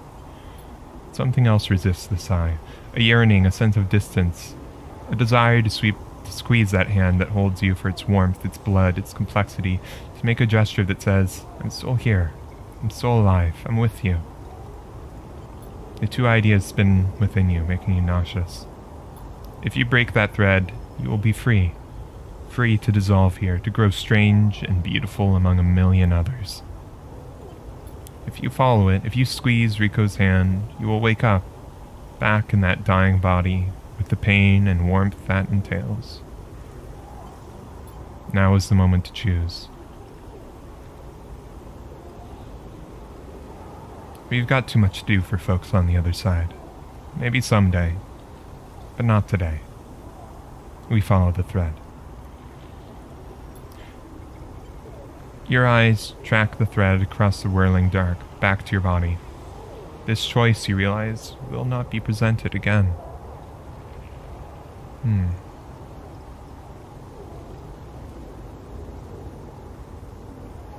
Why not?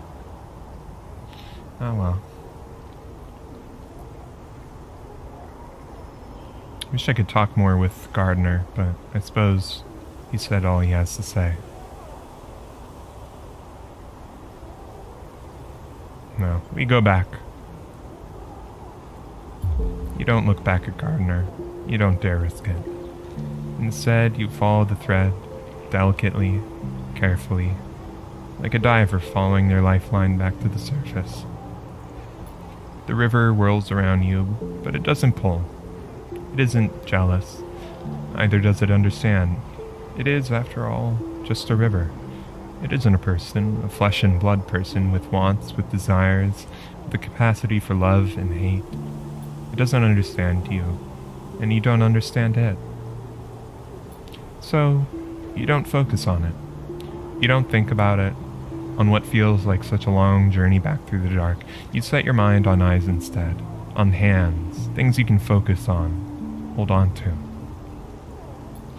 And then after an age of crossing, you are there, settling back into the chair, into a body in a chair, and the overwhelming sensations that come with being a living thing with a rich and detailed sensorium. For a moment you feel like you've made a terrible mistake. Who would choose this weight, this anxiety, this deep well at the center of existence? But then you feel it. Rico's hand, gripped hard around yours, trembling a little, sweating a little. Rico's hand with its brittle bones and crumpled skin. Rico's hand. And in that moment you understand why you made this choice. And then you squeeze Rico's hand and you wake up.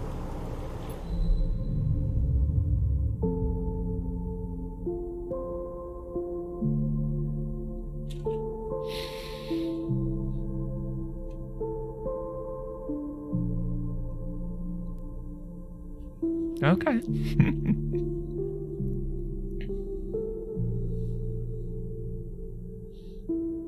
Yeah, it ends either way. I think that's a good spot to end it, though. There is more post-game stuff to do, of course.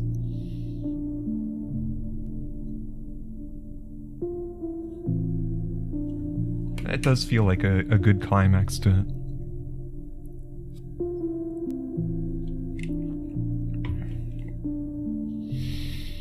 You got folks to help, though.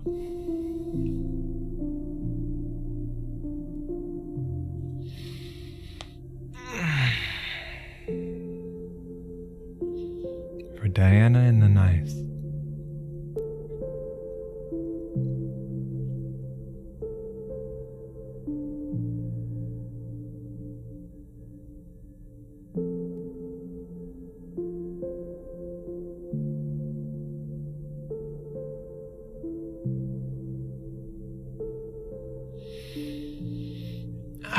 A little abrupt, but What a nice ending. A nice ending point.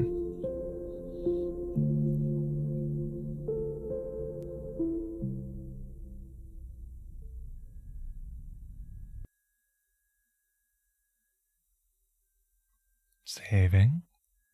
I wonder if that other sleeper got this choice. I don't know. Sleeper? Rico's voice comes wavering through the dark. Are you still with me? You sit up, the lab a bright green glare that fades as you gather yourself. I'm here. Rico smiles. Good. She squeezes your hand. I thought you'd left me for a moment. What? Who? Tell me about it. Tell me everything. We tell her the truth. You tell Rico everything.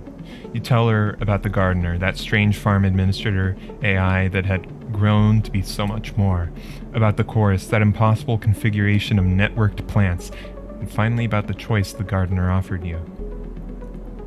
She listens carefully, but her responses are hard to read, and you wonder if she might have made a different decision had she been in your place. Nope. Okay, I think my headphone's okay. Made a little cracking noise when I adjusted it. Thank you, Sleeper, for telling me. I know it isn't easy to say such things. People so often do not wish to hear strange truths. She looks away. And thank you for returning to me, though I know you had your own reasons. She squeezes your hand reassuringly. Something passes between you then, a kind of shared sadness for the impossible choice, the choice to escape your body or to stay and suffer it. Her smile is warm and generous, and whatever the wisdom of your choice, you are glad to feel welcome in this moment, in this place. And suddenly, she stands and walks a little away, as if trying to escape an unpleasant thought. You worry that she knows all too well what it takes to make a choice like you did. Rico sighs. So, Sleeper, do you plan to stay in the commune with us?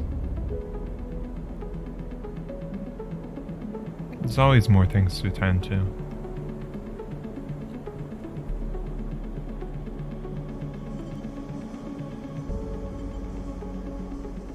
But I do have other things to do, other people, other friends. But it'd be nice to return here. Rico raises an eyebrow. Well, be careful at least. We will miss you here. She pauses. I will miss you. Rico crosses back over to you and takes one of your hands in both of hers. Just make sure to think of us out here. Haifa needs new blood if it wants to survive. And, she squeezes, you are a good friend. Look after yourself, Rico. Take care. And you, Sleeper. Well, don't let me keep you. Rico waves you away and limps back to her terminal. She notices the crown in her hand, and she places it on the bench with great care. You can't help but feel a little curious about what she intends to do with it. Then you're out, breathing the air of the greenway fresh as a spring morning. The dappled light makes a patchwork of the greening landscape, and you walk into it, sensing the movements of the gardener's chorus all around. And you are glad to be here, in this strange and beautiful place, a little longer.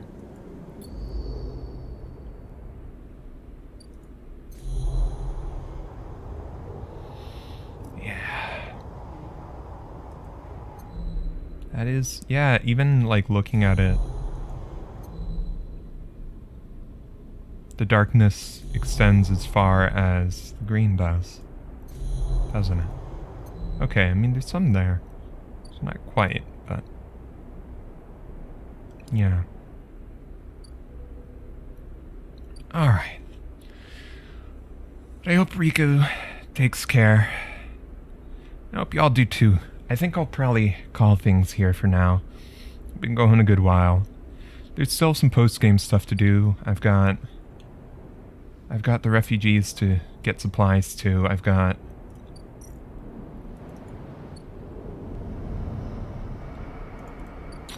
Bliss and folks are waiting on me for the next contract they get. But yeah, I couldn't just leave them. Couldn't just leave them there.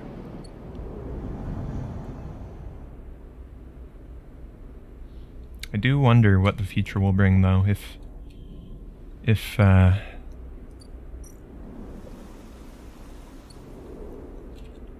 Rico tells folks about it, and I don't know.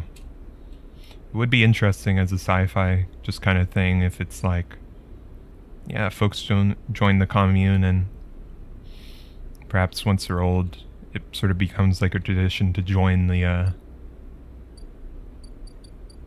fungus mind. That is something the future will hold, and we cannot see that yet. Join the commune, become a mushroom. Exactly, become a mushroom. But alright. We've still got a lot to do in this cycle coming up, but I feel like that was a real nice little cutscene type deal, and we can cut things there, and I'll probably play some more of this weekend. I've been liking this game. I do feel... I talked a bit, a little, probably, 30 minutes, an hour back, about, like, I do feel like the pressure in the game, in the early parts of the game where you don't quite understand anything and you're struggling to survive, I do feel that has been a bit lost at this point. I've sort of become accustomed to the systems. I have figured out how to grow plenty of mushrooms, make stabilizer for myself. I have plenty in backup, and even before that I was keeping myself afloat with the scrap components, so now I have to stockpile them for the refugee ship. And I don't know. It's an interesting, in terms of an analysis kind of thing. I'm kind of going off the rails because I'm gonna close this up real quick, but it's kind of interesting how, yeah, it sort of feels like at this point I've gotten a base where at the start of the game it is very much, the experience of living in, like, living in a low-class sort of situation where you don't know if you can survive to the next day. But at this point, with playing it, I've effectively amassed what basically brings me to a sort of middle-class kind of point.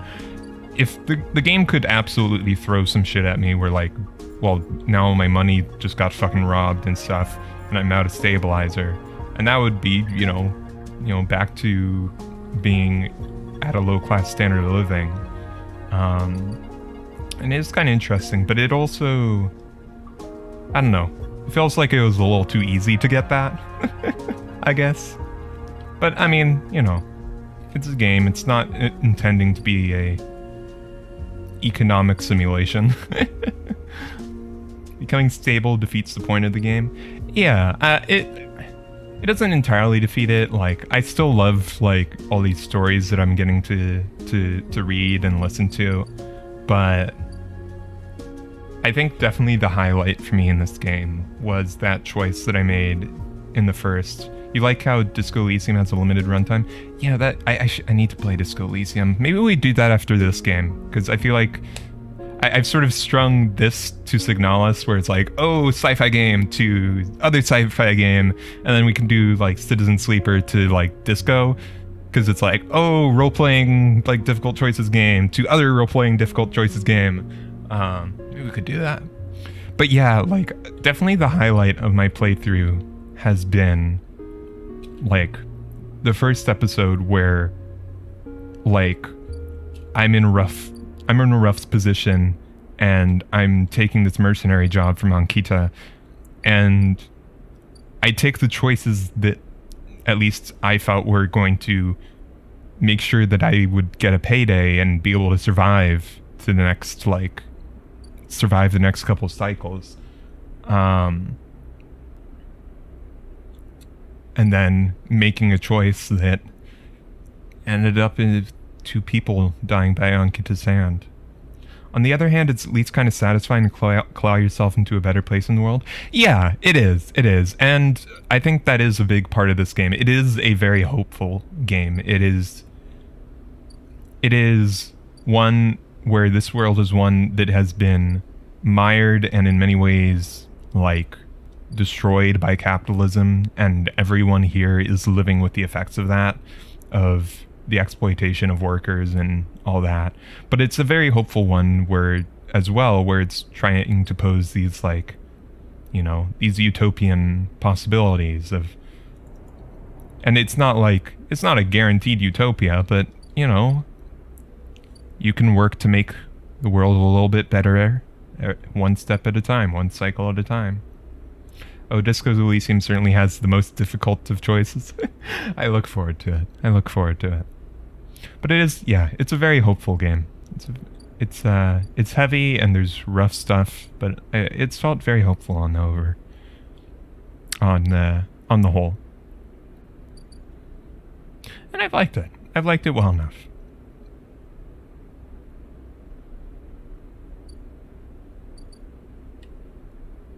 And I do find the mechanics a bit interesting. I do kind of, like, I was proposing earlier about, like, oh, what if some actions were, like, limited to once a cycle, so it would sort of drag out some quest lines a bit longer, and force you to be sort of juggling multiple quest lines at once.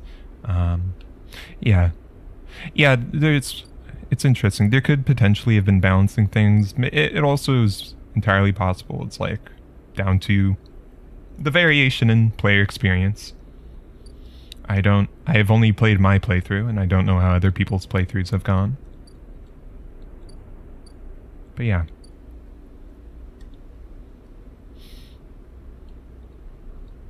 Yeah, but yeah, on that point of, like, it is satisfying to sort of claw yourself into a better place in the world. It also, I just sort of worry about it too, because it's like, as a message, it's sort of saying that if that is sort of, there's a potential to take that as a message of, you made the right choices, and whoever is in a worse position to you has made bad choices. And, like, you are a better person for having made, there's some BS there, but so, like, there's some ways I could see that being interpreted or put into a kind of, you know, shit worldview of, I've got mine, why can't you get yours? Refusing to help people, all that. Interesting things to think about. But I shouldn't end the stream here, and I do very much appreciate having you around to watch and have conversations like this, because I think that was, yeah, it's cool talking about this kind of stuff, like, you know, game mechanics, the sort of political implications of, I don't know, how certain things go together in those experiences. Yeah, and I do really like this game. You know, I spent the last 10 minutes or so, like, critiquing it.